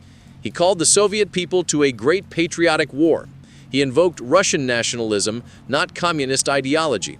He talked about defending the motherland, Mother Russia, not about defending socialism. Stalin understood that people would fight harder for their country than for an ideology. The Soviet government implemented scorched earth tactics. As the Red Army retreated, they destroyed everything that might be useful to the Germans. Factories were dismantled, machinery loaded onto trains and sent east. What couldn't be moved was blown up. Crops were burned, livestock driven east or slaughtered. Roads and bridges were destroyed. The Germans would inherit ruins. The Soviet Union's industrial base was being relocated. Over 1,500 factories were moved from the western USSR to the Urals, Siberia, and Central Asia. Entire industries transplanted 1,000 miles east. Workers dismantled assembly lines, loaded them onto freight trains, and reassembled them in new locations, often outdoors at first, working through the winter to get production restarted. The Kirov factory in Leningrad, which made tanks, was evacuated to the Urals. The workers came with the machinery. Within months, they were producing tanks again. Same with aircraft factories, ammunition plants, steel mills. The Soviet Union was rebuilding its war economy beyond German reach, and it worked. By 1942, Soviet industrial production was recovering. Tanks, planes, artillery, rolling off assembly lines faster than the Germans could destroy them. But in the autumn of 1941, Moscow was in danger.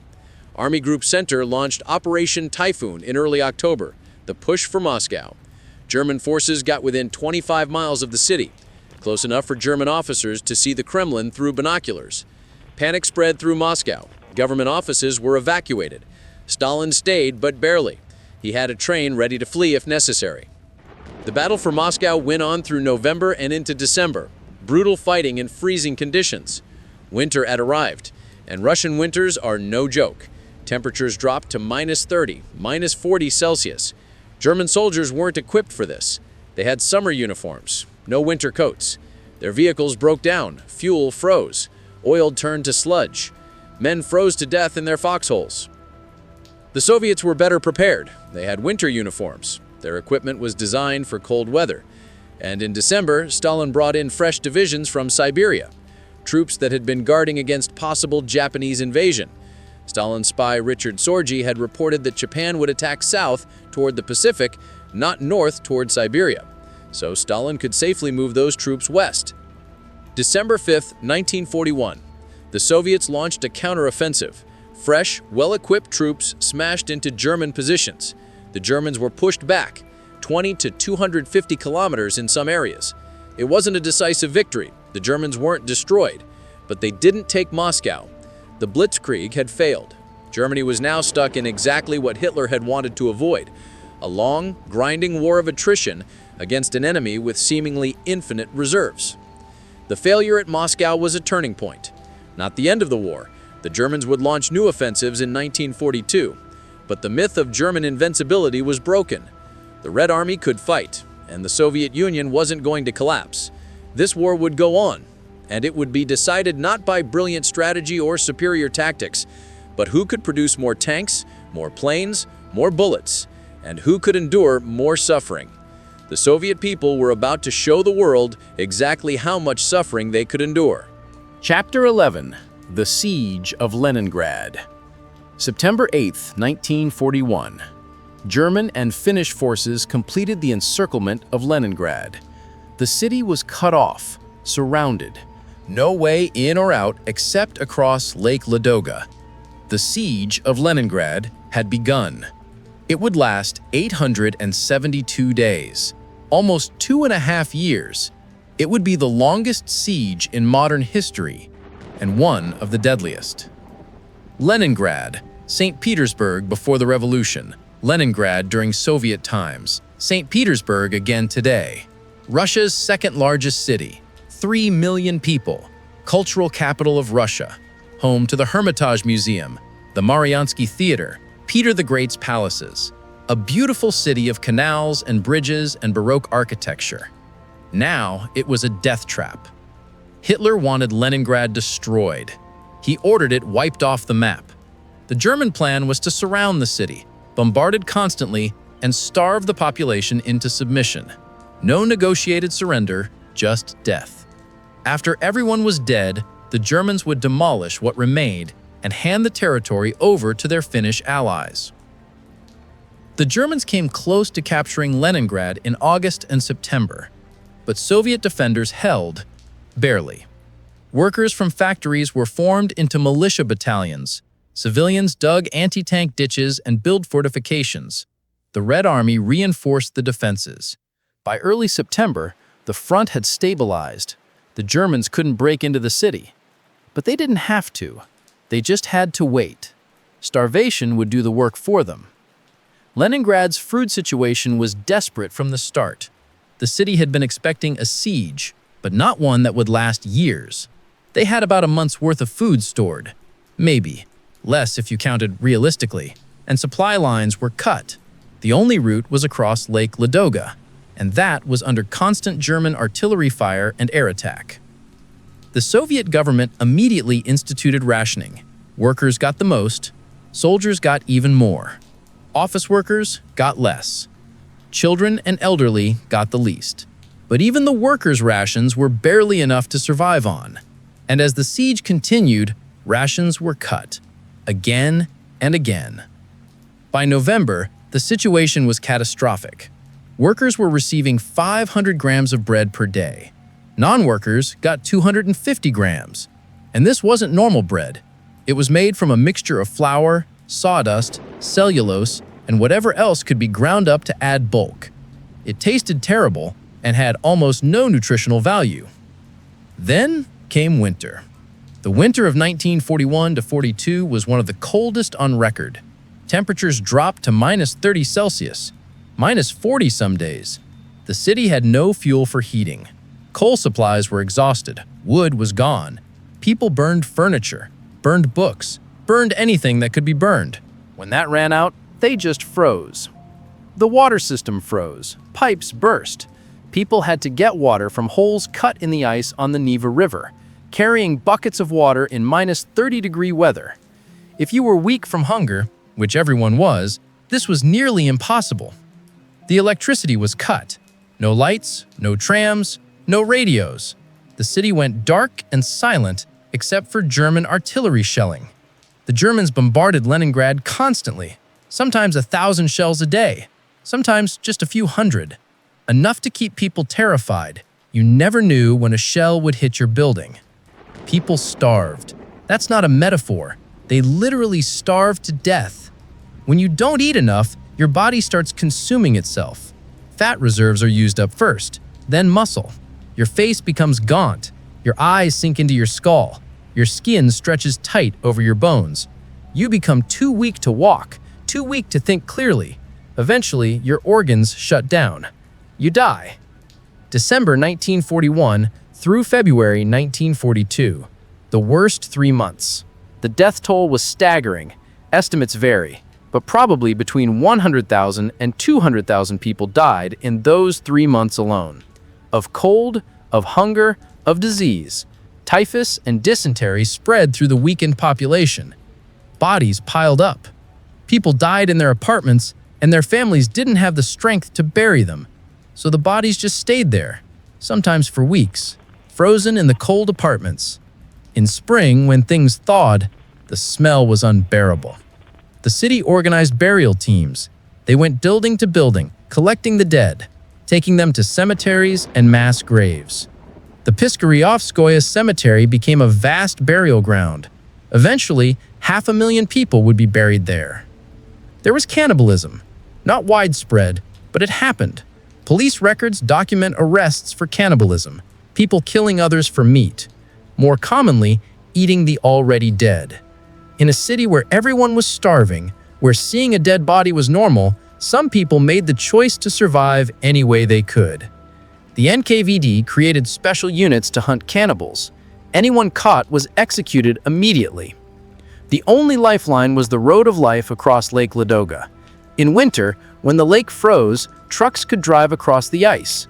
They brought in supplies. Not enough, never enough, but something. The road of life was under constant German artillery fire and air attack. The ice wasn't always thick enough. Trucks broke through and sank. Drivers drowned. But the convoys kept coming, because if they stopped, everyone in Leningrad would die. In summer, when the ice melted, barges and boats crossed the lake, still under constant attack, still losing vessels, but still bringing supplies. And people were evacuated across the lake. Women, children, wounded soldiers. Anyone who could be spared. About 1.5 million people were evacuated during the siege. It saved lives, but it was dangerous. Boats were sunk. People drowned. But staying in Leningrad meant probable death. So people took the chance. Life in besieged Leningrad was surreal. The city was dying, but it kept functioning. Factories still operated. The Kirov factory, before it was evacuated, produced tanks. Workers, starving and exhausted, still showed up and built tanks. The Leningrad Radio Symphony Orchestra performed. In August 1942, they performed Shostakovich's 7th Symphony, the Leningrad Symphony. Shostakovich had composed it during the siege. Many of the orchestra members were barely alive. They had to be given extra rations for weeks before the performance just so they'd have the strength to play. But they did it. The performance was broadcast over loudspeakers throughout the city and to the German lines. It was defiance. We're starving, we're dying, but we still have culture. We're still human. Children kept going to school. At least some did, when they could. Teachers taught classes in freezing rooms, students too weak to hold pens. But the idea was important, that normal life would continue, that after the siege, there would be a future. The siege finally began to lift in January 1943. Soviet forces broke through the German encirclement and opened a narrow land corridor. It was only 10 kilometers wide and under constant German artillery fire, but it was a land route. Supplies could come by rail now, not just across the lake. The situation improved. Not greatly, people were still dying, but the worst was over. The siege was fully lifted in January 1944. Soviet forces pushed the Germans back, drove them away from Leningrad. The city was free after 872 days. The population celebrated, but the city was a ruin, buildings destroyed by shelling, infrastructure broken, and the population was devastated. Of the 3 million people who'd been in Leningrad when the siege started, somewhere between 600,000 and 1.5 million were dead. Exact numbers are impossible to know, but it was one of the greatest civilian catastrophes of the war. The siege of Leningrad showed what the Soviet people could endure, suffering beyond imagination, but they survived. They didn't surrender, and that determination, that refusal to give up no matter what, that was what would win the war. Not brilliant tactics, not superior technology, just the ability to keep fighting when any rational person would have given up. And while Leningrad was dying, another city was about to become the site of the most brutal battle of the entire war, a battle that would turn the tide, Stalingrad. Chapter 12, Stalingrad, the Turning Point, August 1942. The city of Stalingrad, a long, narrow city stretched along the western bank of the Volga River. Industrial city, tractor factories, steel mills, chemical plants. About 400,000 people. And it was named after Stalin. That made it symbolically important. If the Germans captured Stalingrad, it would be a propaganda victory as well as a strategic one. But the real reason Hitler wanted Stalingrad was the Volga River. If Germany controlled Stalingrad, they'd control the Volga. That river was a major transportation route. Oil from the Caucasus traveled up the Volga. Controlling it would cripple Soviet logistics. Plus, capturing Stalingrad would protect the flank of German forces advancing into the Caucasus oil fields. Army Group South had split into two. Army Group A went south toward the Caucasus. Army Group B, including the 6th Army under General Friedrich Paulus, headed east toward Stalingrad. The 6th Army was one of Germany's best, 300,000 men, well-equipped, experienced. They'd been part of the lightning victories of 1941. Paulus expected Stalingrad to be another quick victory. August 23rd, the Germans reached the outskirts of Stalingrad. The Luftwaffe launched a massive bombing raid, over 1,000 aircraft. The city was bombed flat. Buildings collapsed, fires spread. 40,000 civilians died in the first day of bombing. The city center was destroyed, a sea of rubble and flames. But the bombing actually helped the defenders. The rubble made perfect defensive terrain. You can't drive tanks through destroyed buildings. You can't advance quickly when every street is blocked. The German advantage in mobility was gone. It would be infantry combat, street by street, building by building, room by room. The Soviet 62nd Army defended Stalingrad, led by General Vasily Chukov. Chukov understood that in urban combat you had to get close to the enemy. So close that the Germans couldn't use their artillery and air support without risking their own troops. He ordered his men to hug the Germans, stay within 50 meters. That way, German planes couldn't bomb Soviet positions without risking German soldiers. The fighting was insane, literally insane. Battles for single buildings lasting weeks. The grain elevator, a massive concrete structure. Soviet soldiers held it for weeks. Germans attacked repeatedly. Grenades, flamethrowers, artillery. The Soviets held until they ran out of ammunition. Then they used bayonets and fists. Almost all the defenders died. Pavlov's house, a 4-story apartment building. A sergeant named Yakov Pavlov and about 30 men held this building for 60 days. Germans attacked constantly. The defenders fortified the building, set up machine gun positions, mined the approaches. They held. That one building, defended by 30 men, tied down a significant German force. Soviet propaganda later claimed more Germans died attacking Pavlov's house than died capturing Paris. Probably an exaggeration, but it shows how symbolic the building became. Mamayev Kurgan, a hill in the center of the city. Whoever controlled it controlled the city.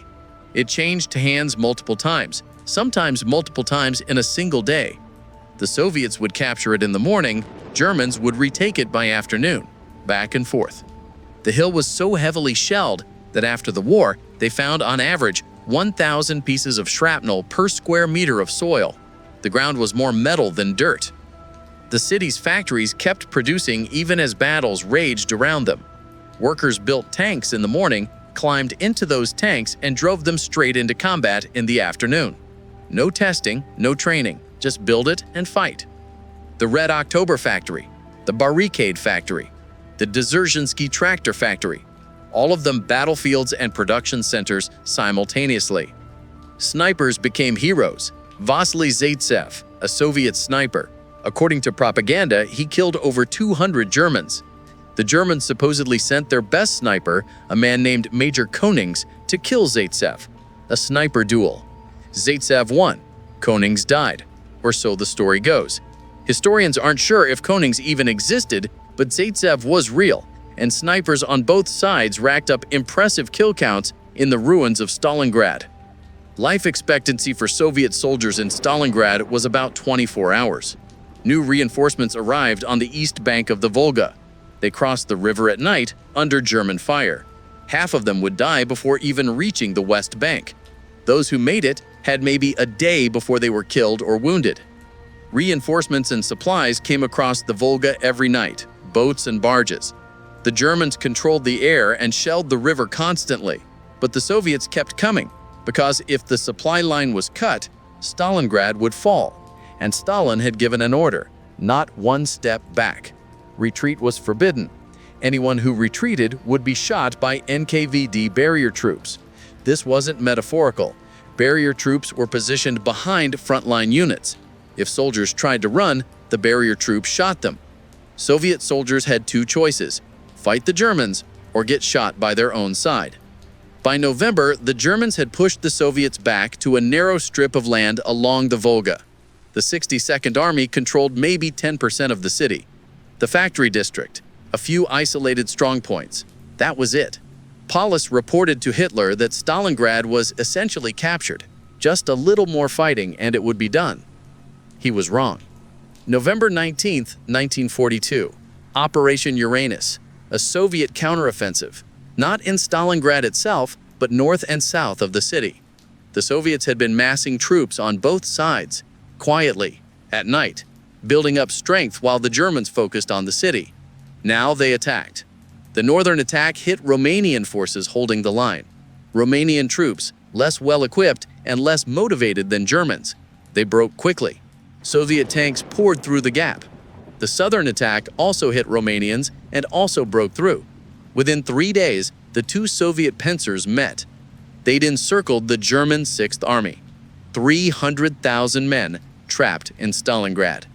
Paulus immediately asked for permission to break out, fight his way west before the encirclement solidified.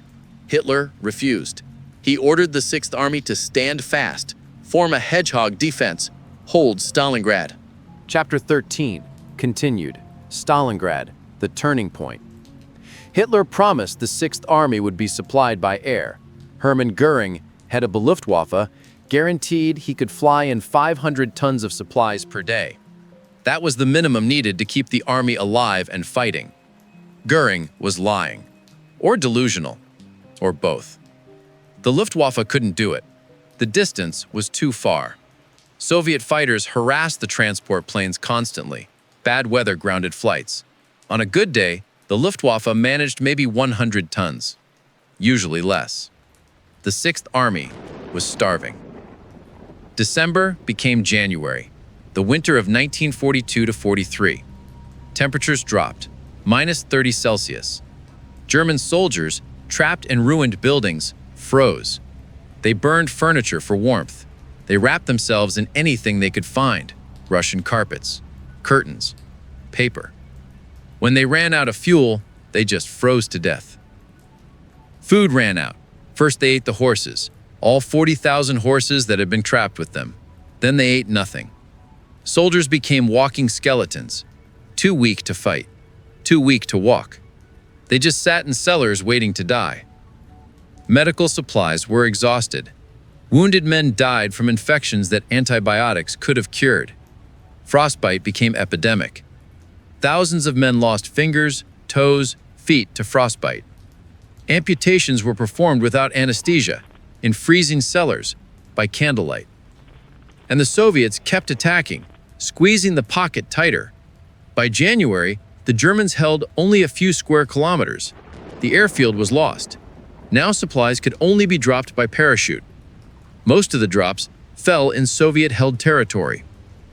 January 30th, 1943. Hitler promoted Pallas to field marshal. It was a hint. No German field marshal had ever surrendered. Hitler was telling Pallas to fight to the death or commit suicide. Pallas did neither. February 2nd, 1943. The last German units in Stalingrad surrendered. 91,000 men marched into Soviet captivity, starved, frostbitten, traumatized. Most of them would never see Germany again. They were sent to labor camps in Siberia and Central Asia. Only about 6,000 would survive to return home in the 1950s. Stalingrad was the turning point. Germany had lost an entire army, 300,000 men, gone. The myth of German invincibility was shattered completely. And for the first time since the war started, the Germans were in full retreat. The initiative had shifted to the Red Army. But the price? The casualties at Stalingrad are staggering even by World War II standards. The Germans lost about 500,000 men killed, wounded, or captured.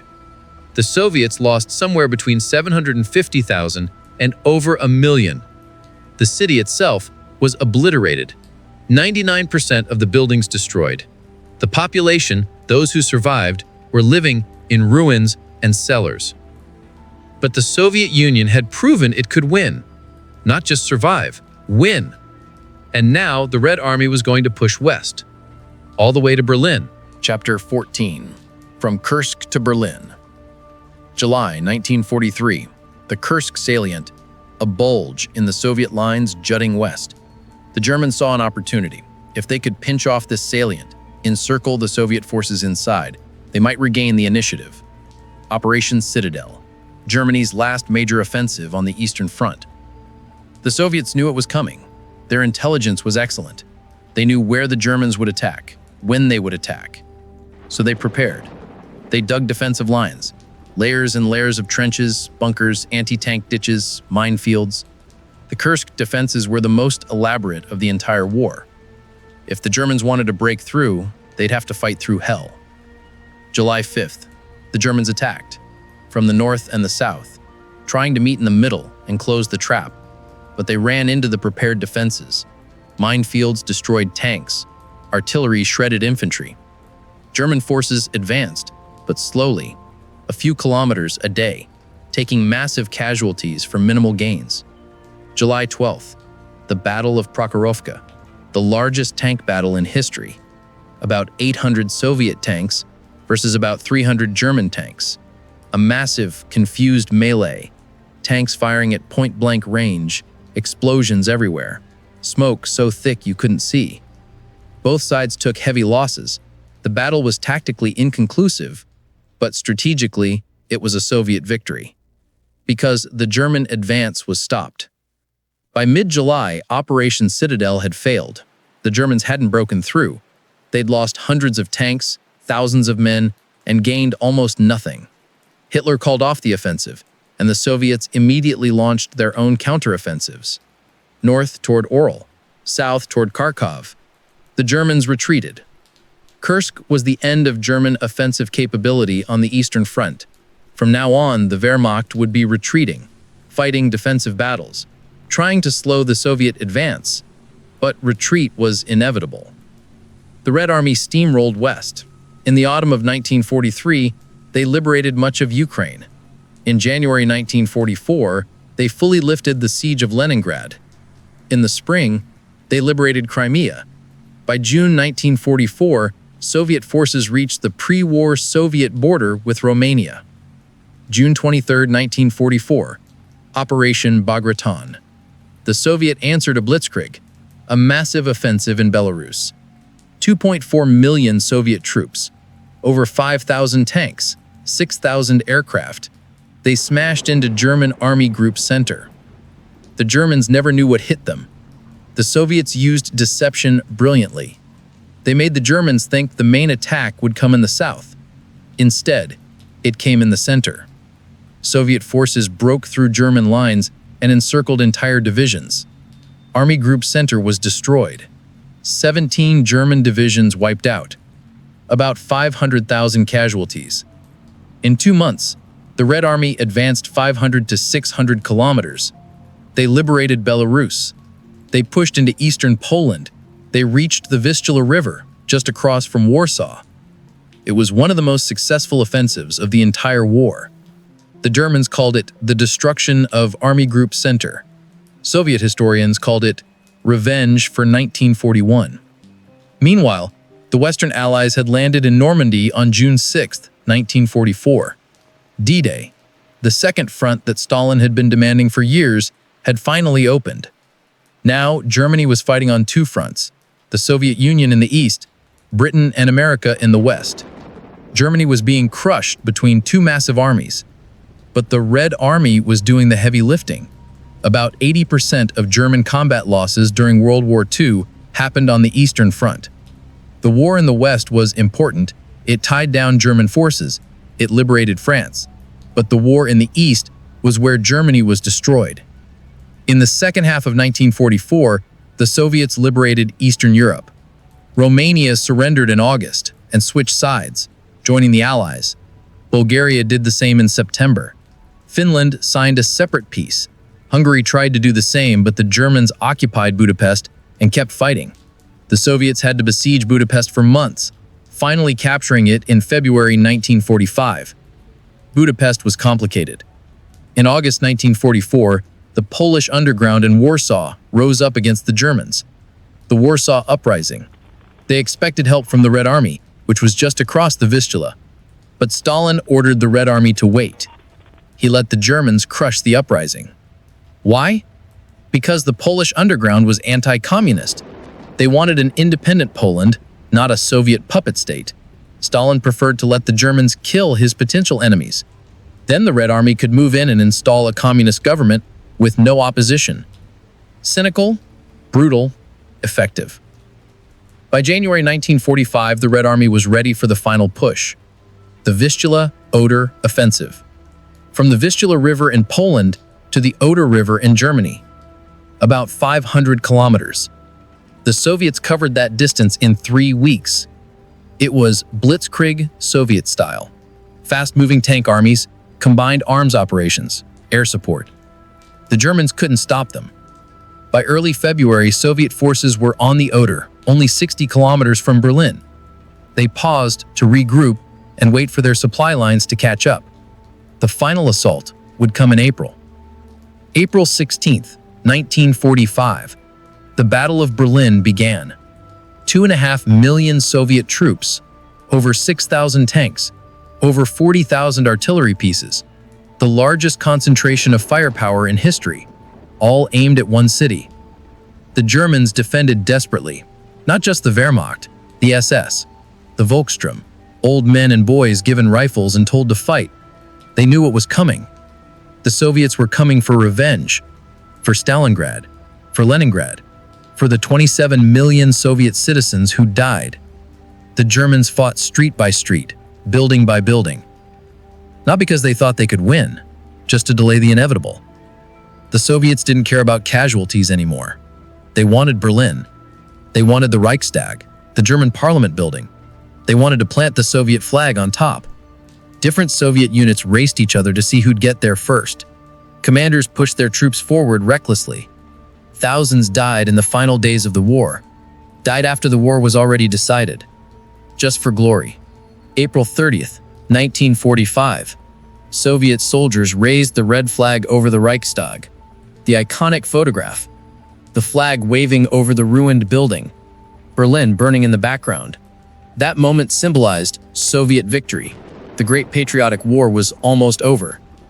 That same day, in his bunker beneath the Reich Chancellery, Adolf Hitler committed suicide.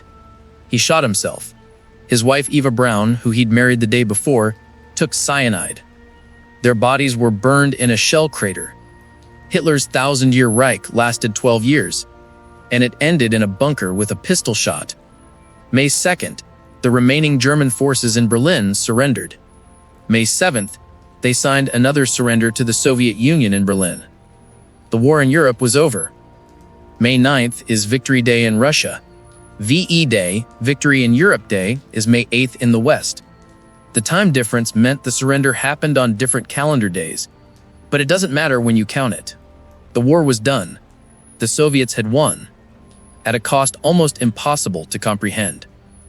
27 million Soviet citizens dead, about 14 million soldiers, 13 million civilians, entire cities destroyed, villages wiped off the map. The Western Soviet Union was a wasteland. Belarus lost a quarter of its population. Ukraine lost millions. Russia lost millions. Every Soviet family lost someone. A son, a father, a brother, a daughter. Everyone. The Red Army had suffered about 11 million combat deaths. Another 4.5 million captured, most of whom died in German POW camps. Soviet POWs were treated worse than any other prisoners except perhaps Soviet Jews. The Germans didn't even pretend to follow the Geneva Conventions. Soviet prisoners starved. They froze. They were worked to death. They were shot for sport. But the Soviet Union had won. The Red Army occupied Eastern Europe. Soviet troops controlled Berlin. The hammer and sickle flew over the Reichstag. Stalin had defeated Hitler, and now the Soviet Union was one of two superpowers. The other was the United States. And immediately, even before the war was fully over, the competition between them began. The Cold War was starting. Chapter 15. The Iron Curtain Descends. May 9th, 1945. Victory Day. Moscow erupted in celebration. People poured into the streets. Soldiers kissed strangers. Everyone drank. Everyone danced. The Great Patriotic War was over. The Nazis were defeated. The Soviet Union had survived. For one brief moment, there was joy.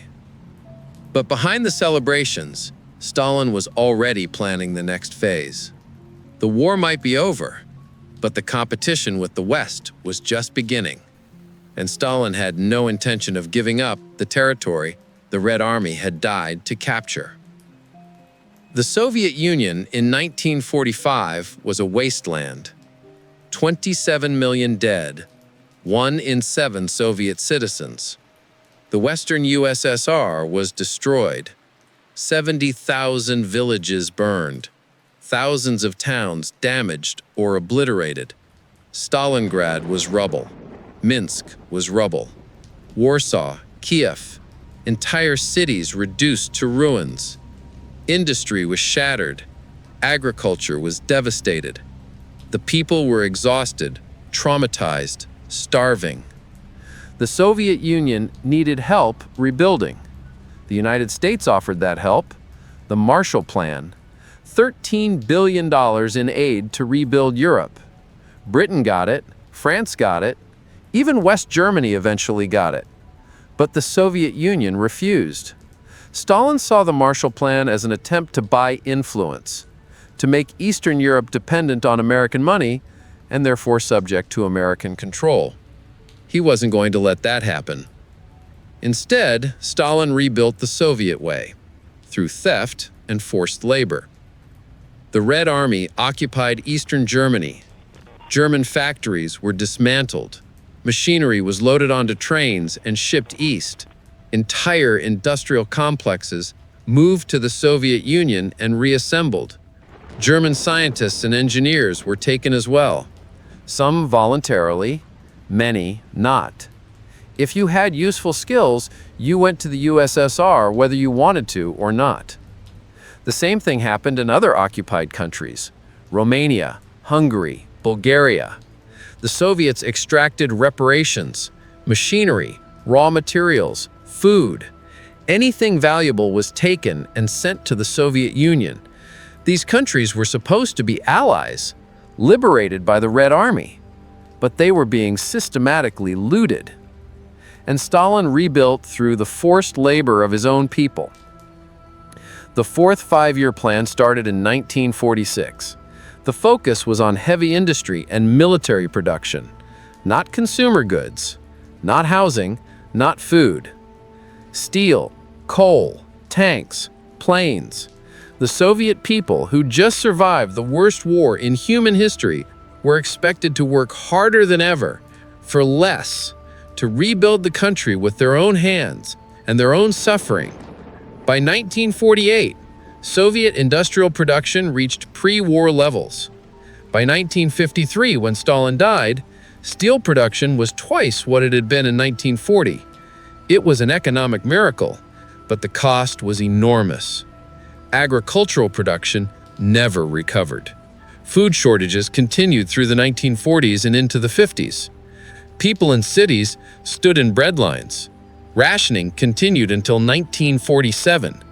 The Soviet people had won the war, but they were still living like they were at war. Meanwhile, Stalin was consolidating control over Eastern Europe. Poland, Czechoslovakia, Hungary, Romania, Bulgaria, Albania, East Germany, the countries occupied by the Red Army during the war. Stalin wanted them as a buffer zone, a defensive perimeter between the USSR and the West. And he wanted them to be communist, Soviet-style communist. The process was gradual at first. Coalition governments formed. Communists, socialists, Democrats working together. Elections were held. Sort of. The elections were rigged, but not obviously. Communist parties won, surprisingly well. Then, the coalitions broke down. Opposition parties were banned or absorbed. Opposition leaders were arrested or fled. By 1948, every country in Eastern Europe except Yugoslavia had a communist government controlled from Moscow. Czechoslovakia was the test case. In 1946, Czechoslovakia held free elections. The communists won the most votes, but not a majority. They formed a coalition government. For 2 years, Czechoslovakia was a democracy. Barely. Then, in February 1948, the communists staged a coup. Opposition ministers were forced out. The president was threatened. Communist militias occupied government buildings. Within days, Czechoslovakia was a one-party state. The coup shocked the West. If it could happen in Czechoslovakia, a country with strong democratic traditions, it could happen anywhere. March 5, 1946. Fulton, Missouri. Winston Churchill gave a speech at a small college. He was no longer British Prime Minister. He'd lost the 1945 election, but he was still Churchill, still one of the most famous men in the world, and he had something to say. From Stettin in the Baltic to Trieste in the Adriatic, an iron curtain has descended across the continent. The Iron Curtain. That phrase defined the next 45 years. Europe was divided. Western Europe, democratic, capitalist, aligned with America. Eastern Europe, communist, controlled by the Soviet Union. And between them, an Iron Curtain. Not just a political division, a physical one. Barbed wire fences, guard towers, minefields. You couldn't cross from east to west. Not easily, not safely. Germany was the clearest example. Split into 4 occupation zones after the war. American, British, French, and Soviet. The Western zones merged to form West Germany, democratic, capitalist. The Soviet zone became East Germany, communist, totalitarian. Berlin itself, stuck inside East Germany, was also divided.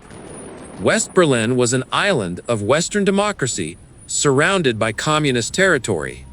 And that island became a flashpoint, the place where East and West almost went to war multiple times. June 1948. The Berlin blockade. Stalin wanted the Western Allies out of Berlin, so he cut off all road and rail access to West Berlin. No food could get in, no fuel. The city would starve unless the West gave it up. It was a test. Would America and Britain fight to keep West Berlin, or would they abandon it? They didn't fight, but they didn't abandon it either. Instead, they launched the Berlin Airlift. For 11 months, British and American planes flew supplies into West Berlin, round the clock, a plane landing every few minutes. Coal, food, medicine, everything the city needed. It was a massive operation, and it worked. Stalin couldn't shoot down the planes without starting a war, and the blockade was hurting East Germany more than West Berlin. In May 1949, Stalin lifted the blockade. The West had won, but the Cold War was now undeniable. Yugoslavia was the exception.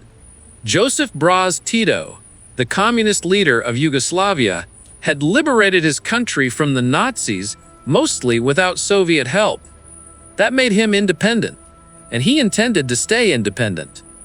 When Stalin tried to control Yugoslavia like he controlled the other Eastern European countries, Tito refused. In 1948, Stalin expelled Yugoslavia from the Cominform, the organization of communist parties. Stalin reportedly said, "I will shake my little finger and there will be no more Tito." He was wrong. Tito survived. Yugoslavia remained communist but independent, neither aligned with the West nor controlled by Moscow, the only Eastern European country to break free. Stalin tried to have Tito assassinated multiple times. Tito famously wrote Stalin a letter. "Stop sending people to kill me. We've already captured 5 of them. If you don't stop sending killers, I'll send one to Moscow, and I won't have to send a second." The assassinations stopped. By 1950, the Cold War was locked in. NATO, the North Atlantic Treaty Organization, formed in 1949, an American-led military alliance. If the Soviet Union attacked any NATO member, America would respond. That meant war. The Warsaw Pact, the Soviet equivalent, formed in 1955. The Soviet Union and its Eastern European satellites in a military alliance. 2 armed camps facing each other across the Iron Curtain. Both building weapons, both preparing for a war that everyone hoped would never come. But that war almost came, multiple times, and it started in a place nobody expected, Korea. Chapter 16, The Nuclear Arms Race. August 29, 1949. The Semipalatinsk test site in Kazakhstan, a remote desert far from any cities, a place where you could detonate a nuclear bomb and the only people who die were the ones you wanted to die. The Soviet Union tested its first atomic bomb, codenamed First Lightning, 22 kilotons, roughly the same yield as the American bomb dropped on Nagasaki. The American nuclear monopoly was over. It had lasted 4 years. 4 years during which the United States was the only country that could destroy a city with a single bomb. American military planners had counted on that monopoly lasting longer. 10 years, maybe. They thought the Soviets were too backward, too damaged by the war to build an atomic bomb quickly. They were wrong. The Soviets had help, lots of help, from spies. Klaus Fuchs, a German-born physicist who'd worked on the Manhattan Project. He passed secrets to Soviet intelligence. The Rosenbergs, Julius and Ethel, American communists who ran a spy ring. They sent atomic secrets to Moscow, were executed for it in 1953. There were others. Soviet intelligence had penetrated the Manhattan Project deeply. The information they stole saved the Soviet Union years of research. But stealing the secrets was only part of it. The Soviets still had to build the bomb. That required resources, scientists, engineers, uranium, plutonium, facilities to process nuclear material. And Stalin poured resources into the project. Lavrentiy Beria, the head of the NKVD and one of Stalin's most trusted lieutenants, was put in charge. If the project failed, Beria knew Stalin would probably have him shot. So Beria pushed, hard. Scientists worked round the clock. Corners were cut. Safety was ignored. Workers building the nuclear facilities were exposed to radiation. Many died. Beria didn't care. Results mattered, lives didn't. And they got results. August 1949, the bomb worked. Stalin called President Truman to tell him. Truman tried to sound unconcerned, but he was concerned. Everyone in Washington was concerned, because now the arms race was on. America responded by developing more powerful bombs. The hydrogen bomb, a fusion weapon, not just fission, thousands of times more powerful than the bombs dropped on Japan. America tested its first hydrogen bomb in November 1952. It vaporized an entire island in the Pacific. The explosion was 10.4 megatons. That's 10 million tons of TNT equivalent. It was a weapon that could destroy a city, a whole metropolitan area in a single flash. The Soviets developed their own hydrogen bomb, tested it in August 1953. Designed by Andrei Sakharov, who'd later become a dissident and human rights activist. But in the 1950s, he was a loyal Soviet scientist building the ultimate weapon. The Soviet hydrogen bomb was deliverable, meaning it could be dropped from a plane. The American test device had been too big to weaponize yet. For a brief moment, the Soviets were ahead. Both sides kept building, bigger bombs, more bombs, delivery systems. At first, it was bombers. Long-range bombers that could fly to the enemy's territory and drop nuclear weapons. America had the advantage there. The B-52, a massive strategic bomber that could fly from America to the Soviet Union, drop bombs and fly back. The Soviets had bombers too, the Tu-95, but fewer of them and not as good. Then came missiles. Intercontinental ballistic missiles, ICBMs, rockets that could launch from one continent and hit another in 30 minutes. No defense, no warning, just 30 minutes from launch to impact. The Soviets actually led in missile development. They had the R-7 Semyorka, the world's first ICBM in 1957, the same rocket that would launch Sputnik into space. America caught up quickly. By the early 1960s, both sides had hundreds of ICBMs. And submarines. Nuclear-powered submarines carrying nuclear missiles. These submarines could stay underwater for months, could hide anywhere in the oceans, could launch missiles without warning. They were the ultimate second-strike weapon. If your country was destroyed in a surprise attack, your submarines would still survive. They'd surface and launch their missiles in retaliation, meaning even a successful first strike wouldn't save you. You'd still be destroyed. By the 1960s, both America and the Soviet Union had enough nuclear weapons to destroy each other many times over. Thousands of warheads, tens of thousands eventually, enough to end human civilization. And that led to a strategy that was insane, but logical: mutually assured destruction, MAD. The acronym was fitting. The logic was simple. If we attack you, you'll destroy us. If you attack us, we'll destroy you. Therefore, nobody attacks, because attacking means dying. It was the ultimate deterrent. As long as both sides believed the other would retaliate, neither side would start a nuclear war. Peace through the threat of extinction. But MAD only worked if both sides maintained credible threats. That meant keeping your weapons ready, always. Bombers on alert, missiles fueled and targeted, submarine crews living underwater for months at a time, command centers staffed 24/7, leaders with their fingers always near the nuclear button. living with the knowledge that a miscalculation, a technical error, a misunderstanding could end the world. And there were close calls, lots of them, times when the world came within minutes of nuclear war. In 1962, during the Cuban Missile Crisis, a Soviet submarine commander almost launched a nuclear torpedo. He thought war had started. His political officer agreed. But the third officer on the sub, Vasily Arkhipov, said no. If he'd said yes, nuclear war might have begun. Arkhipov is sometimes called the man who saved the world. Most people have never heard of him. In 1983, a Soviet early warning system detected incoming American missiles. The officer on duty, Stanislav Petrov, had minutes to decide: report the attack, which would trigger Soviet retaliation, or assume it was a false alarm. He chose to assume false alarm. He was right, it was a computer glitch. But if he'd been wrong, or if he'd followed protocol, World War III might have started. The nuclear arms race consumed enormous resources. The Soviet Union spent about 15 to 20% of its entire economy on the military, More than any country in peacetime in history. That's money not spent on housing, not spent on food, not spent on schools or hospitals, spent on missiles and bombers and submarines. The American percentage was lower, but still huge. Trillions of dollars, building weapons designed never to be used, because if they were used, everyone would die. But the nuclear arms race wasn't just about weapons. It was about showing strength, demonstrating capability. The space race was part of this.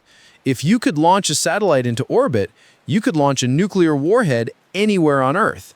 If you could send a man to the moon, you had technological superiority. The competition between America and the Soviet Union wasn't just military, it was ideological. Capitalism versus communism, democracy versus dictatorship, and space became the ultimate proving ground. Chapter 17. The Space Race. October 4th, 1957. A radio signal. Beep, beep, beep.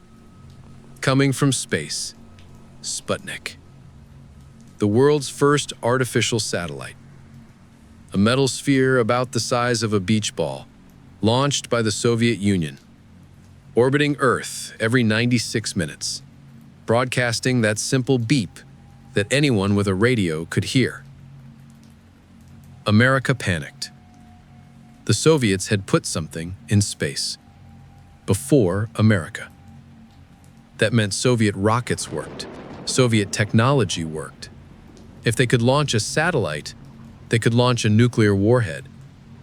American cities were vulnerable. The missile gap, that's what newspapers called it, the fear that the Soviets had more missiles, better missiles, that America was falling behind. The panic was mostly unfounded. America had plenty of nuclear weapons, but perception mattered. And Sputnik made the Soviet Union look strong, look advanced, look like the future. Khrushchev milked it. Sputnik proved socialism was superior to capitalism, he said. The Soviet system could achieve things the West couldn't. 1 month later, November 3rd, Sputnik 2. A much larger satellite, with a passenger, Laika, a dog, the first living creature in space. Laika didn't survive long. The capsule wasn't designed for re-entry. She died within hours from overheating. The Soviets didn't admit that for years, but the achievement stood. The Soviet Union had put life into space. America scrambled to catch up. NASA, the National Aeronautics and Space Administration, was created in 1958. The space race was on, and for the next few years, the Soviets kept winning. April 12, 1961, Yuri Gagarin, a 27-year-old Soviet Air Force pilot. He climbed into Vostok 1, a capsule barely bigger than a closet. Strapped in, the rocket launched. Gagarin became the first human in space. He orbited Earth once, 108 minutes, then returned safely. His first words after entering orbit were, "Poyehali." That means, "Let's go" in Russian. Gagarin became an instant international celebrity. The first man in space, a Soviet. Khrushchev used Gagarin shamelessly for propaganda. Gagarin toured the world, met heads of state, gave speeches about Soviet achievement. He was proof that the Soviet system worked, that socialism could reach the stars. Gagarin himself was modest, a genuinely likable guy, but he was also a tool of Soviet propaganda, and he knew it. America finally put a man in space 3 weeks later, Alan Shepard. But it wasn't the same. Shepard's flight was suborbital, 15 minutes, up and down. Not a full orbit like Gagarin. America was still behind. June 1963. Valentina Tereshkova, the first woman in space. A textile worker who'd done parachute jumping as a hobby. She spent 3 days in orbit, longer than all the American astronauts combined at that point. And she was a woman. The Soviets were showing that space was for everyone, not just test pilots and engineers. The message was clear. Soviet society was progressive, equal, better than the West. America didn't send a woman into space until 1983. 20 years later, Sally Ride. By then, the space race was basically over. But in the 1960s, the Soviets dominated. First satellite, first living creature in space, first human in space, first woman in space, first spacewalk by Alexei Leonov in March 1965. The Soviets seemed unstoppable. But then America changed the rules. President Kennedy in May 1961 announced America would put a man on the moon and return him safely by the end of the decade. The moon, not just orbit Earth, land on another world. It was audacious, maybe impossible. But America had resources the Soviets couldn't match. Money, technology, a massive industrial base. And America poured those resources into Apollo. The Soviets tried to match it. They started their own moon program, building rockets, designing lunar landers, training cosmonauts. But the Soviet program was chaotic. Different design bureaus competing for resources, political infighting, technical problems. The N-1 rocket, the Soviet equivalent of the Saturn V, never worked. 4 launches, 4 failures. One explosion destroyed the launch pad. July 20, 1969. Apollo 11. Neil Armstrong and Buzz Aldrin walked on the moon. That's one small step for man, one giant leap for mankind. America had won. The Soviets claimed they'd never been racing to the moon, that it had been an American obsession. Lies. They'd tried, they'd failed, and the failure hurt. But the Soviets pivoted. If America had the moon, the Soviets would dominate near-Earth orbit, space stations, long-duration spaceflight, learning how humans could live and work in space for months, years eventually. That was the Soviet strategy, and it worked. Salyut, the first space station, launched in April 1971.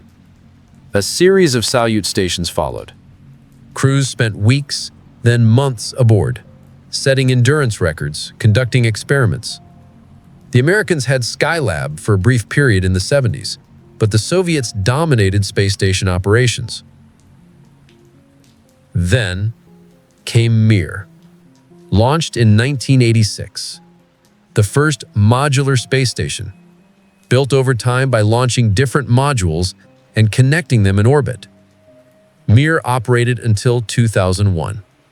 15 years. Cosmonauts aboard Mir set records for long-duration spaceflight. Valery Polyakov spent 437 days in space, 14 months, aboard Mir. No American has matched that even today. The space race wasn't just about prestige. It was about technology, about proving your system worked, about showing the world that your side, capitalism or communism, was the future. And for a while, the Soviets made a convincing argument. They reached space first. They put the first human in orbit.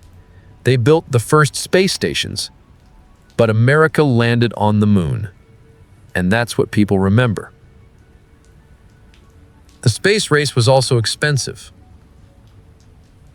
Enormously expensive. Money that could have been spent on improving people's lives, on housing, food, schools. Instead, it went to rockets and capsules and moonlanders.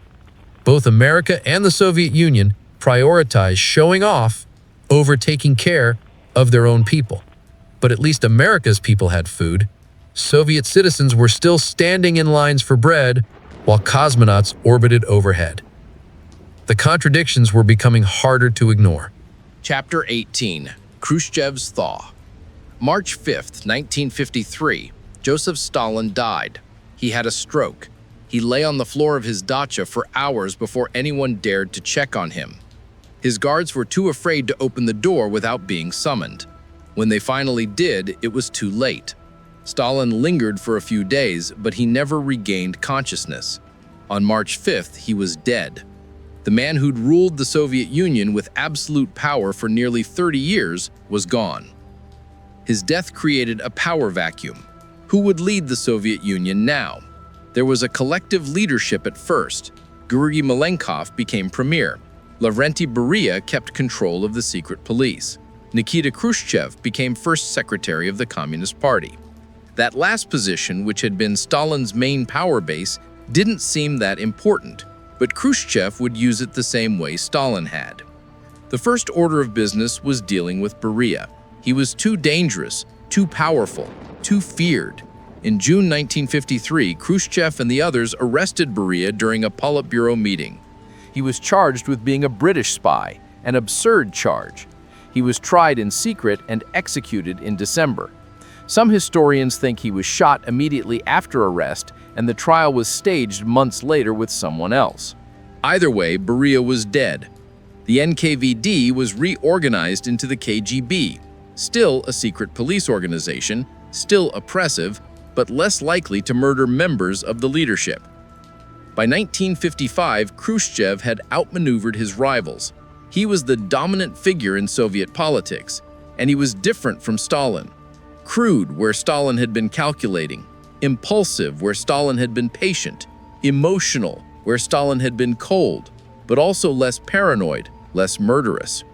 Khrushchev genuinely believed in communism. He thought the Soviet system could improve, could reform, could compete with, and eventually surpass capitalism without mass terror.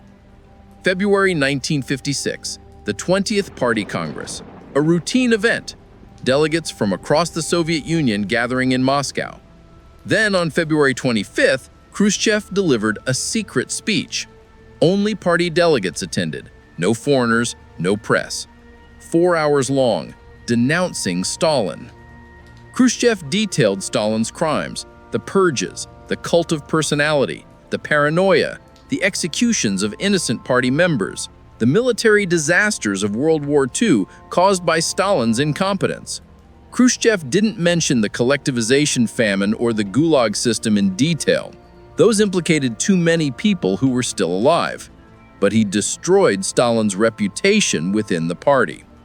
The speech was supposed to be secret. It wasn't. The text was leaked to the West within weeks. Published in newspapers, the CIA distributed copies. Everyone in the world could read about Stalin's crimes from Khrushchev's own mouth. The speech shocked Soviet citizens. Stalin had been a god, now he was being called a tyrant, a murderer, a fool. People didn't know what to believe. The de-Stalinization campaign began. Stalin's body was removed from Lenin's mausoleum. Cities named after Stalin were renamed. Stalingrad became Volgograd. Statues of Stalin came down. The cult of personality was officially ended. Textbooks were rewritten. Stalin became a non-person in official history. Some Gulag prisoners were released. Not all, not even most. But several 100,000 people who'd been imprisoned on false charges during Stalin's purges were freed. They came home after years, sometimes decades, in labor camps. Many found their families had abandoned them. Their spouses had remarried. Their children didn't recognize them. They had no homes, no jobs. They were broken people, released into a society that didn't want to acknowledge what had been done to them. Khrushchev's policy toward the West was peaceful coexistence. He said capitalism and communism could exist side by side without war. They'd compete economically and ideologically, and communism would win because it was superior. No need for military conflict, just let the systems compete and history would prove Marx right. But Khrushchev was also belligerent, unpredictable. In 1959, he visited the United States. The kitchen debate with Vice President Nixon. They argued in a model American kitchen at an exhibition in Moscow. Khrushchev boasted about Soviet progress. Nixon defended American prosperity. It was propaganda theater, but it showed Khrushchev as crude and confrontational. At the United Nations in 1960, Khrushchev got into an argument during a speech. He took off his shoe and banged it on the desk. Or maybe he didn't. Accounts vary. Some say he banged his shoe, some say he just waved it. Either way, it became legendary, the Soviet leader behaving like a peasant at the UN. It embarrassed educated Soviets and amused the West. Khrushchev's most dangerous move was Cuba. Fidel Castro had overthrown the Cuban dictator in January 1959. Castro wasn't initially a communist, but American hostility pushed him toward the Soviet Union. The CIA tried to overthrow Castro in April 1960. The Bay of Pigs invasion. Cuban exiles trained and funded by the CIA invaded Cuba. It was a disaster. Castro's forces crushed the invasion in 3 days. Kennedy looked weak. Castro aligned fully with the Soviet Union. Khrushchev saw an opportunity. If the Soviet Union put nuclear missiles in Cuba, 90 miles from Florida, it would balance the American missiles in Turkey aimed at the USSR. It would protect Cuba from American invasion, and it would be a spectacular propaganda victory. So, in the summer of 1962, Khrushchev ordered missiles shipped to Cuba. Chapter 19. The Cuban Missile Crisis. October 14, 1962. A U-2 spy plane flying over western Cuba photographed something that made CIA analysts' blood run cold. Launch sites for medium-range ballistic missiles, Soviet missiles, being assembled in Cuba. Once operational, these missiles could hit Washington, New York, most of the eastern United States, with nuclear warheads. Flight time? About 13 minutes. President Kennedy was shown the photographs on October 16th. He convened an executive committee, ExComm, 13 men who would decide how to respond. The options were debated. Do nothing. Ignore the missiles. Unthinkable. That would look weak and put American cities at risk. Diplomacy. Negotiate with the Soviets. But Khrushchev had lied about the missiles. Could he be trusted? Airstrikes? Attack the missile sites before they became operational, but that might kill Soviet personnel and start a war. Invasion. Send troops to Cuba and overthrow Castro, but that would definitely start a war. Or blockade. Stop Soviet ships from bringing more missiles and demand the removal of those already there. Kennedy chose the blockade. He called it a quarantine because blockades were acts of war, and America wasn't officially at war, but everyone knew what it was. On October 22nd, Kennedy addressed the nation on television. millions watched as their president told them that Soviet missiles in Cuba threatened American security, that he was ordering a naval quarantine, that any missile launched from Cuba would be considered an attack by the Soviet Union and would result in a full retaliatory response against the USSR. Nuclear war. That's what Kennedy was threatening. If Cuba launched a missile, America would launch everything it had at the Soviet Union, and the Soviet Union would launch everything it had at America.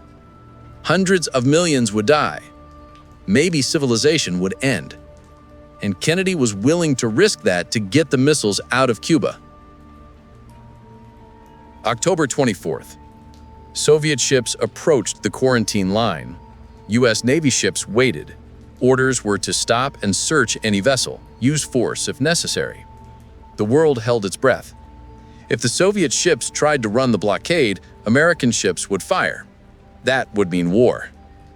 Soviet submarines were in the area too, armed with nuclear torpedoes. If shooting started, they might use them. Then the Soviet ships stopped. Just stopped in the water, short of the quarantine line. Secretary of State Dean Rusk said, "We're eyeball to eyeball, and I think the other fellow just blinked." The immediate crisis was diffused, but the missiles already in Cuba were still there. Behind the scenes, Kennedy and Khrushchev were exchanging letters, diplomatic channels, back channels, trying to find a way out without war. Khrushchev's first letter was long and emotional. He said neither side wanted war, that the missiles were defensive, to protect Cuba. He offered to remove them if America promised not to invade Cuba. That seemed reasonable. Kennedy was considering it. Then a second letter arrived. Harder, more demands. The Soviets would remove missiles from Cuba if America removed missiles from Turkey. That was trickier. The missiles in Turkey were NATO missiles. Kennedy couldn't just remove them without consulting allies, and it would look like he had backed down. October 27th, Black Saturday, the worst day of the crisis. A U-2 shot down over Cuba. The pilot, Rudolf Anderson, was killed. The Soviets, or maybe the Cubans, had fired a SAM missile at the spy plane. Kennedy's military advisors wanted to retaliate, attack the SAM sites. Kennedy said no, not yet. Give Khrushchev time to back down. That same day, a Soviet submarine, B-59, was being depth-charged by U.S. Navy destroyers. The submarine had been submerged for days. The batteries were dying, the air was bad, the heat was unbearable, the crew was exhausted. The captain and the political officer thought war had started. They wanted to launch their nuclear torpedo. But Soviet submarines required 3 officers to agree before launching nuclear weapons. The third officer, Vasily Arkhipov, said no. He convinced them to surface instead. If he had said yes, if they had launched that torpedo, nuclear war might have begun. Most people have never heard of Arkhipov, but he might have saved the world. Kennedy decided to ignore Khrushchev's second letter and respond only to the first. He agreed not to invade Cuba if the missiles were removed. Publicly, that was the deal. Privately, through his brother Robert Kennedy, the president sent a message. America would remove the missiles from Turkey, but not immediately and not publicly. The Turkish missiles were old and scheduled for removal anyway, but Khrushchev couldn't claim he'd back down America. October 28th, Khrushchev agreed. He announced that Soviet missiles would be removed from Cuba. The crisis was over. Kennedy had won publicly. Khrushchev looked like he had backed down, lost a confrontation with America. It damaged his reputation in the Soviet leadership. But both leaders learned lessons. They'd come too close to nuclear war, too close to ending civilization over missiles and pride. A hotline was established between Washington and Moscow, a direct communication link so leaders could talk immediately if a crisis erupted. Arms control negotiations began. The Partial Nuclear Test Ban Treaty in 1963 banned atmospheric nuclear testing. Small steps, but steps toward reducing the risk of accidental war. Khrushchev's colleagues in the Politburo blamed him for the Cuban mess. Putting missiles in Cuba had been reckless. Having to remove them was humiliating. Combined with economic failures at home, Khrushchev's position was weak. In October 1964, while Khrushchev was on vacation, the Politburo voted him out. He was retired. Not shot, not arrested, just removed from power and sent home. A sign that things had changed since Stalin. You could lose power and survive. The new leader was Lenin Brezhnev. He'd been there in the background for years, a party bureaucrat. Uncharismatic, dull, but competent at party politics. And that's what mattered. Brezhnev would lead the Soviet Union for the next 18 years, and under his rule, the Soviet Union would enter its longest period of stability since the revolution, and its longest period of stagnation. Chapter 20. Brezhnev's Stagnation. Leonid Brezhnev looked like a Soviet leader from central casting. Thick eyebrows, heavy jowls, medals covering his chest. He loved decorations, awarded himself Hero of the Soviet Union 4 times. More medals than any general who'd actually fought in World War II. It was ridiculous. Everyone knew it, but nobody said anything. Brezhnev's era, from 1964 to 1982, was called the period of stagnation. Not at the time. At the time, it was called developed socialism. The idea that the Soviet Union had moved beyond the transitional phase and achieved a mature socialist society. But historians, looking back, called it stagnation because that's what it was. The economy stopped growing. Innovation stopped. Everything just stopped. The Soviet economy in the 1960s and 70s looked impressive on paper. Steel production doubled. Oil production tripled. The USSR became the world's largest producer of oil and natural gas. These resources were exported for hard currency, petrodollars that funded imports and kept the system running. But underneath, the economy was rotten. Growth rates were falling. In the 1950s, under Khrushchev, Soviet GDP grew about 5 to 7% per year. In the 1960s, under Brezhnev, it dropped to 4 to 5%. In the 70s, 2 to 3%. By the 1980s, it was close to zero. The official statistics were lies. The real numbers were probably worse. Why? The command economy was broken. Central planning doesn't work for complex modern economies. A bureaucrat in Moscow can't know what a factory in Vladivostok needs, can't respond quickly to changing conditions. The planners set quotas. Factories met quotas. But quality didn't matter. Innovation didn't matter. Efficiency didn't matter. Just meeting the numbers. A famous example, a nail factory was given a quota in terms of weight, so they produced enormous nails, giant useless nails, because one big nail weighed more than 100 small nails, and it was easier to meet the weight quota. When the quota was changed to number of nails, they produced thousands of tiny useless nails, because producing small nails was easier and met the numerical quota. Nobody needed these nails, but the factory met its quota, and that's all that mattered. The same thing happened everywhere. Tractor factories built heavy tractors that broke down constantly because weight quotas rewarded heavy machinery. Clothing factories produced ugly clothes nobody wanted because there was no incentive to produce attractive designs. Food processing plants produced inferior products because quality wasn't measured. Consumer goods were scarce and terrible. If you wanted to buy meat, you stood in line, maybe for hours. Maybe the store would run out before you reached the counter. If you wanted to buy a car, you put your name on a waiting list, waited years. When your turn came, you bought whatever was available, a Lada or a Zaporozhets. Terrible cars by Western standards, but they were what you could get. Apartments were assigned by the government. You didn't buy a home, you were given one, eventually. If you were lucky, if you had connections. Otherwise, you waited. Years, decades, multiple generations living in one apartment. No privacy, communal kitchens, communal bathrooms. This was normal. And there was BLAT, the system of connections and favors that made Soviet life bearable. You couldn't buy what you needed in stores, but if you knew someone who worked in a store, they might save something for you.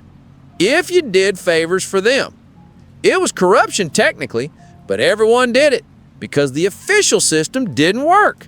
The joke was, they pretend to pay us and we pretend to work. Labor productivity was terrible. Why work hard? You got paid the same regardless. You couldn't be fired, you couldn't start your own business, so people did the minimum. Showed up, went through emotions, drank on the job sometimes. Alcoholism was endemic, and the leadership was aging. Brezhnev himself was increasingly frail.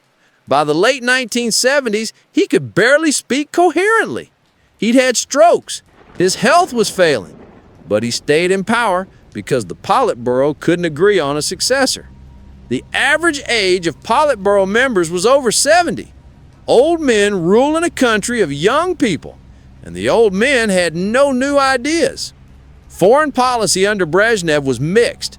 Détente with the West in the 1970s, a relaxation of tensions, arms control treaties, SALT I and SALT II, strategic arms limitation treaties, limiting the number of nuclear weapons, not reducing them, just limiting growth. It was something. But Brezhnev also intervened to keep Eastern Europe under control.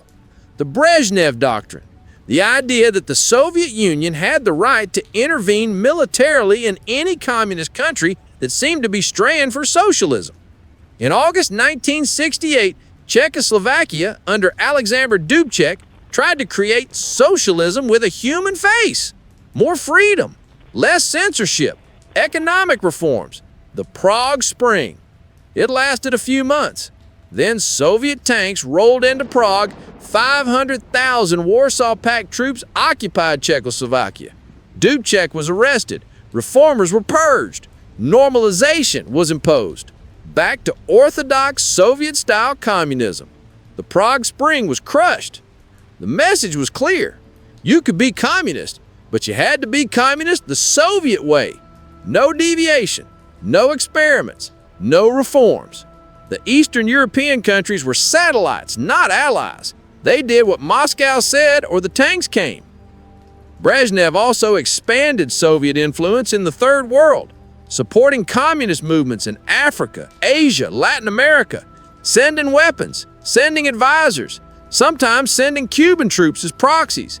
Angola, Ethiopia, Mozambique, Yemen, everywhere there was a revolutionary movement, the Soviets were there, supporting them, funding them, hoping to spread communism and gain allies.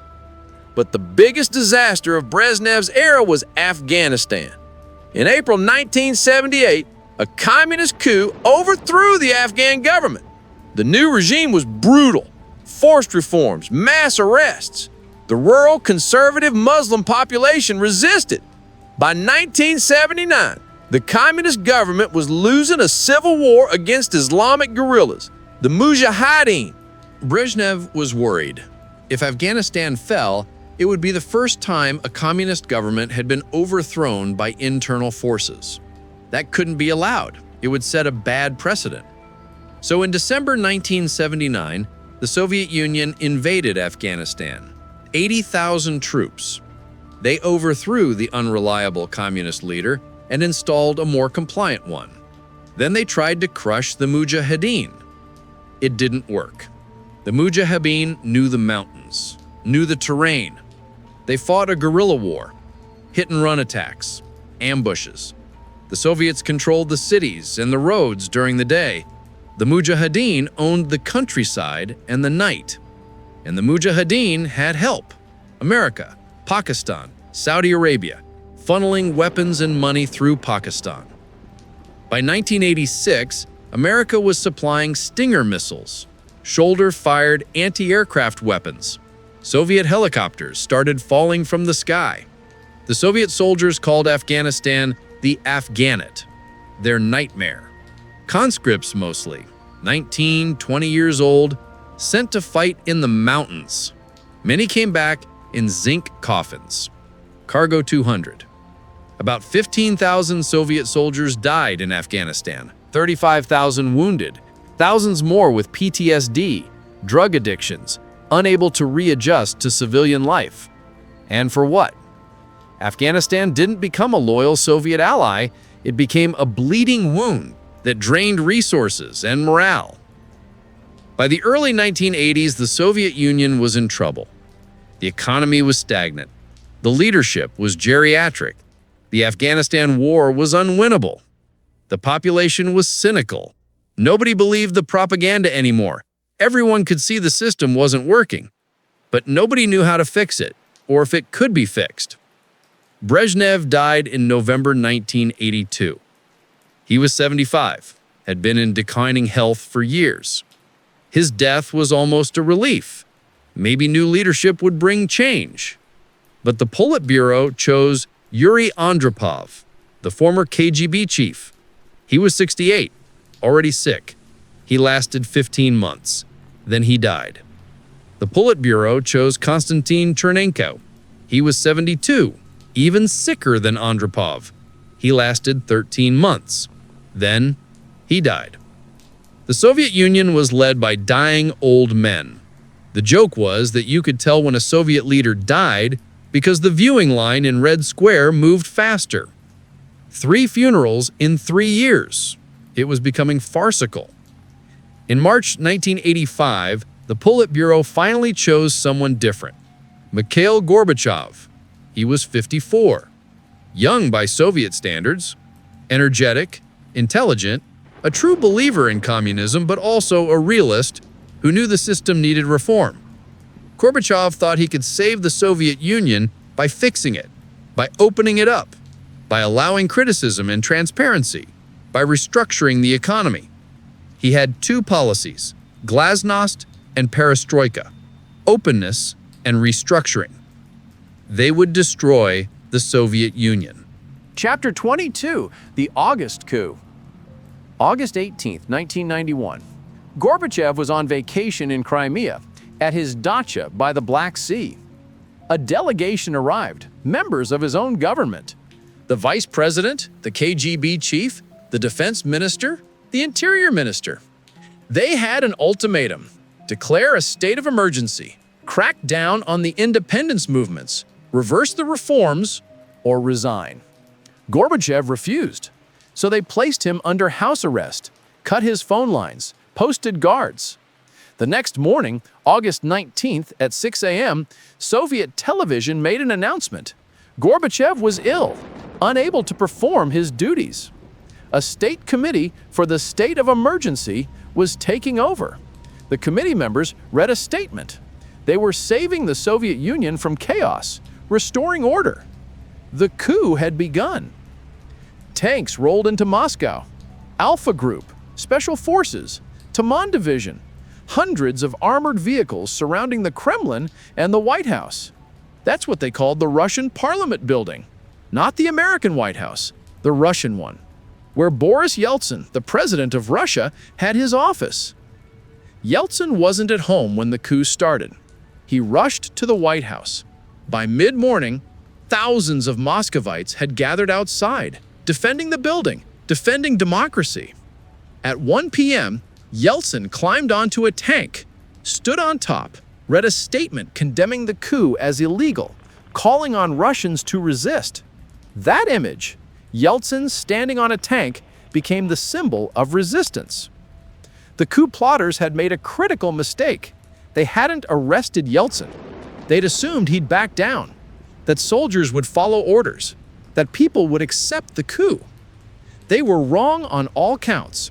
Soldiers started defecting. Tank crews switched sides. The Moscow garrison refused to attack the White House. By August 21st, the coup was collapsing. The plotters realized they'd lost. Some fled, some got drunk. All were arrested within days. Gorbachev returned to Moscow on August 22nd, but he was finished. Everyone could see that Yeltsin, not Gorbachev, was the real power. The coup had destroyed what little authority Gorbachev had left, and it accelerated the end that was already coming. Chapter 23, The Final Days. After the coup failed, the Soviet Union disintegrated in fast motion. Republic after republic declared independence. The Baltic states went first: Estonia, Latvia, Lithuania. Within days, dozens of countries recognized their independence. Ukraine held a referendum on December 1st. Over 90% voted for independence. Ukraine, the second largest Soviet republic, the breadbasket, the industrial heartland. Without Ukraine, there was no Soviet Union. December 8, 1991, 3 men met in secret in a hunting lodge in Belarus. Boris Yeltsin of Russia, Leonid Kravchuk of Ukraine, Stanislaw Shushkevich of Belarus. They signed the Belavezha Accords, a simple document. The Soviet Union is dissolved. The Commonwealth of Independent States is formed. A loose association with no real power. They called Gorbachev afterward to inform him, not to ask permission, to inform him. His country no longer existed. Gorbachev tried to save something, anything. He proposed a reform of union, a confederation. Nobody was interested. The republics wanted out. They wanted independence. They wanted to control their own futures. On December 25, 1991, at 7 p.m. Moscow time, Gorbachev appeared on television. He announced his resignation as president of the Soviet Union. His voice was steady, but you could hear the sadness. I hereby discontinue my activities at the post of President of the Union of Soviet Socialist Republics. At 7:32 p.m., the Soviet flag was lowered from the Kremlin for the last time, the red flag with the hammer and sickle. It came down. The Russian tricolor, white, blue, and red, went up. The Soviet Union was gone. 74 years after the October Revolution, 69 years after the USSR's official founding, it was over. The superpower that had defeated Nazi Germany, that had built the world's largest army, that had put the first human in space, that had ruled half of Europe and influenced half the world, had ceased to exist. December 26th, the Supreme Soviet, the Soviet Parliament, held its final session. They voted themselves out of existence. The Soviet Union was legally dissolved. 15 new countries appeared on the map: Russia, Ukraine, Belarus, the Baltic states, the Central Asian republics, the Caucasus countries. The Soviet Union had split into its component parts. The empire was gone. The Soviet Union ruled half the world, or at least half the globe's political space, for nearly half a century. It had terrified the West. It had inspired revolutionaries. It had built a nuclear arsenal that could end civilization. And then it collapsed. Not because of a military defeat, not because of an invasion, but because the system couldn't deliver what it promised, because the economy failed, because people lost faith, because when given the choice, every nation that made up the Soviet Union chose to leave.